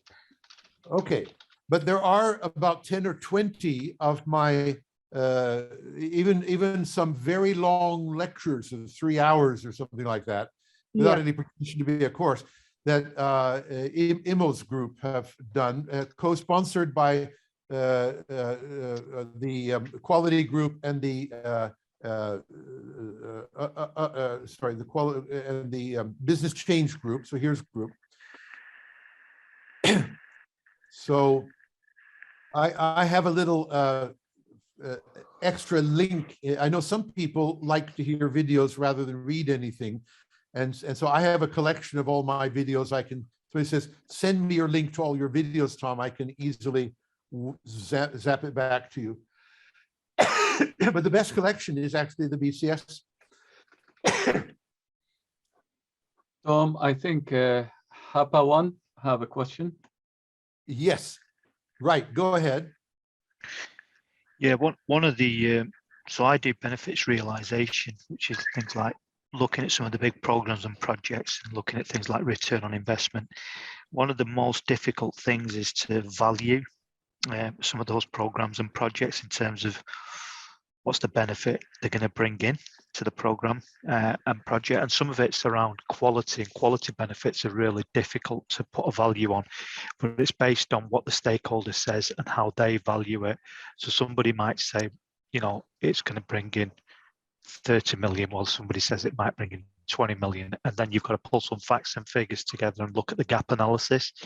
Now, I'd like to stop you there. But by the way, what is your first name? Pardon? What is your first name? So I can. Sid. Sid. Okay, Sid. Yeah. I want to stop you there. You're making some assumptions which I don't share. So let me clarify. Notice you started talking about value in financial terms. That's right. Yeah. That's not the only way of thinking about value. Yeah. There are values that are non-financial. Yeah. This is recognized in a management practice known as balanced scorecard, which is exactly trying to deal with the non-financial values. Okay. So yes, there is a financial value, but not everything turns into financial values at all. But some stakeholders value certain things without caring. Take a governmental organization or a non-commercial organization. They value things that have nothing to do with money, and those are their primary values, okay? Now, the reason people keep on going back to money is because they don't know how to quantify the non-financial values. That's what I am teaching you now. Yeah, appreciate that. That's what is in the quantiering booklet. Once you realize all stakeholder values that are non-financial can be quantified directly, you don't ever need to go to an estimate of financial value, ever. Yeah, usually what happens is the organization and program like to put it in a monetary format so that, you know, they can sort of like look at the business case and find. But I'm telling you, that is a bad, old, unnecessary habit. Okay. But I understand that it is agreed that it is there with ignorant managers trained badly with their MBA. They don't understand balanced scorecard. Okay. Cool. Yeah, got you. And sometimes there's quite a lot of optimum bias as well. You know, people say, well, actually, it's going to return X or it's going to return Y, and they really inflate the figure to try and get it through to the. Okay, let's talk about that. I mean, anybody can inflate a figure of estimate what they'll get. Now, with Agile, we can chop away at it in 1 to 5% increments, right? So we can prove whether there's any, let's just say we try the first increment that should give us 5% and we get 0.5%. Yeah. Okay? We know somebody has been exaggerating right there, can have a little meeting about it. Okay. Yeah. Now that's number one. Number two, something I didn't show you, but it's in the books. When I ask for an estimate, it is not a number that somebody just throws in there. I capture their name of the source and I capture the evidence. In other words, what is the proof that their number is we good? do that. Yeah. So look at this is even this is a required practice in the competitive engineering, that you capture the source of the claim and the evidence for the claim. Yeah, and we from tend to this do you that. you derive a thing called credibility. Yeah. Now, if the source says, I have no evidence, I said, you get credibility 0. And that means your claim will not be taken seriously. Goodbye. So look that up in the, you'll find that in the competitive engineering book in the impact estimation chapter. Okay, brilliant. Thanks for that. All my data book. Yeah. So I haven't had time because I'm not primarily presenting that table here. So I didn't go into full depth on it. Yeah, I noticed. Yeah, cool. Thank you. Really appreciate your time. Thank you. Thanks, Sid. Next up.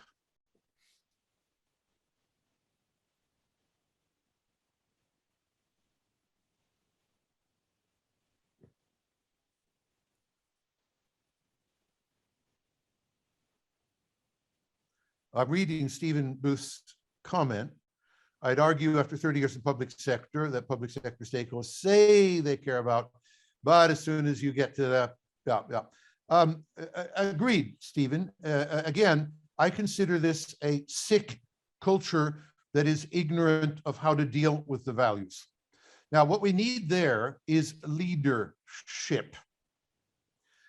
I once taught these methods to a man who was the campaign manager and Conservative Party chairman for David Cameron, whose election slogan was value for money.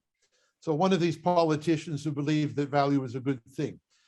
And he not only said he liked what I had to say about value, that it could be quantified, but as you know, Cameron got elected and this man went to head the government agency in charge of it, and he began demanding more quantification.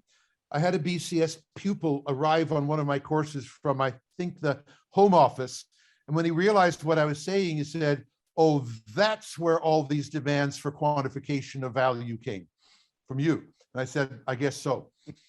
Okay.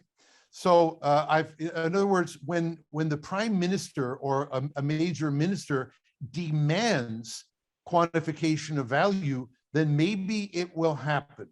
When the civil servant who doesn't care much except keeping his position and not rocking the boat, yes, minister, doesn't worry about even learning this and doesn't care, it will not happen.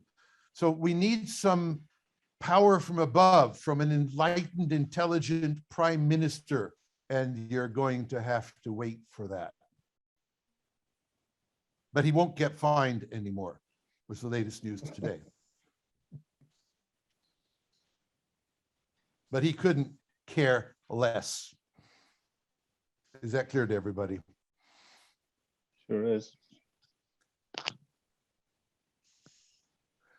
So, yeah. Let's see. So that was answer to Stephen. Even have to have, yeah. The financial proxy is, again, a bad habit caused by ignorance of how to quantify the value. So you could say, if I could teach you how to quantify the value directly, do you need the proxy? And hopefully the answer is no, thank you very much. And I found highly enlightened, intelligent top managers like this very much. They sense that they can get better control of their responsibilities if they can do this. And they will demand that this is done. I have a case study. Okay, this is the last 10 minutes. I have a case study I'll send everybody of International Computer Limited, ICL, with Rob Wilmot at the top. Right? Can you get the link to the ICL slides that I held at BCS and put them up there? I'm looking for it. Good. I'll tell the story in short. So when I arrived at ICL, a lady with balls known as Margaret decided that ICL had been losing money and market share to like IBM and the others for 7 years. and it was going to go out of business, and Britain would have no computer manufacturer. So they found a very smart, ambitious guy at Texas Instruments known as Rob Wilmot. And I'm hoping that some of the people listening were at ICL and remember who that was, and said, basically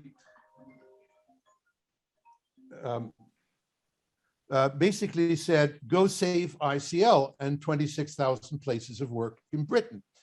And Rob Wilmot, long story short, took a look at my methods and dictated to his 12 directors that they would quantify their values. This is like head of retail sales. And he would not give any more money or power to any director who did not quantify their non-financial values. And they knew he was serious, so they did it. I had to give a half-a-day training course to each one of them because they didn't know how. There's the case study. And you know what happened? They all did it to save their jobs, and ICL went into profit for the next 15 years. That is the power of these methods when led by two real leaders, one called Margaret, the other called Rob. Read all about it in the case study that Ryan just put up. Good fun. OST projects. Yes, including them. I remember that's what he said.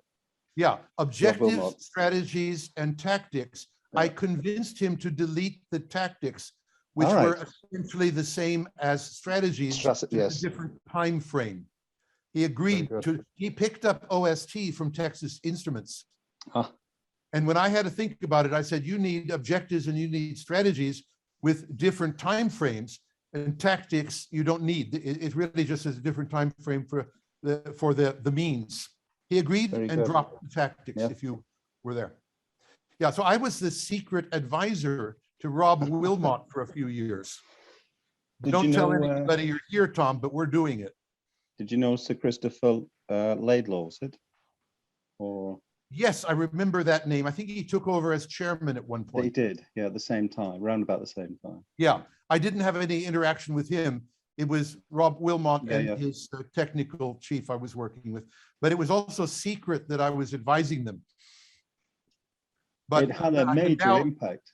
I've now written the case study, which you all have access to, and that's how it works. But I was dependent on having a leader with balls, two of them.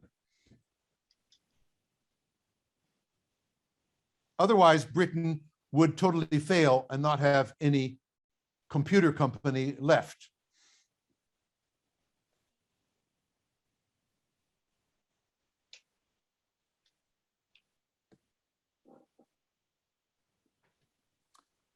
Okay, last 6 minutes. It looks like we have enough steam to, there's a little bit left. I won't call time, gentlemen, please, yet. But if you doubt the power of these methods, by the way, we did an impact estimation table of the corporate objectives, which I quantified based on Rob Wilmot's bullshit, and he loved it, and the corporate strategies. And they presented that impact estimation table at the board level for approval of the quantified goals and the impact estimation table. If I remember, it was 200 million pounds in about 1981, I think. Sometime You're right. You're right. Put forward, which is a lot of money in those days. It was a lot of money then. It was real money. Yeah. So I was effectively running ICL because Rob Wilmot decided he liked my ideas and was going to make his day. And he retired very wealthy with all of his stock options having turned to profit. Yeah. He was the highest paid executive in Britain at the time, and every taxi driver knew it. Good work. Yeah, I have a lot of those success stories in my books, especially the value planning book has a lot. It has the ICL story there and lots of other big name business stories of how these methods work. But I really think you don't need information from me about me bragging about how well things work. You ought to be able to try a little bit of it in practice, quantify one fuzzy goal and make up your own intelligent mind about what you should be doing. The fact that other people have done it is actually irrelevant. It either works for you or it's not worthwhile.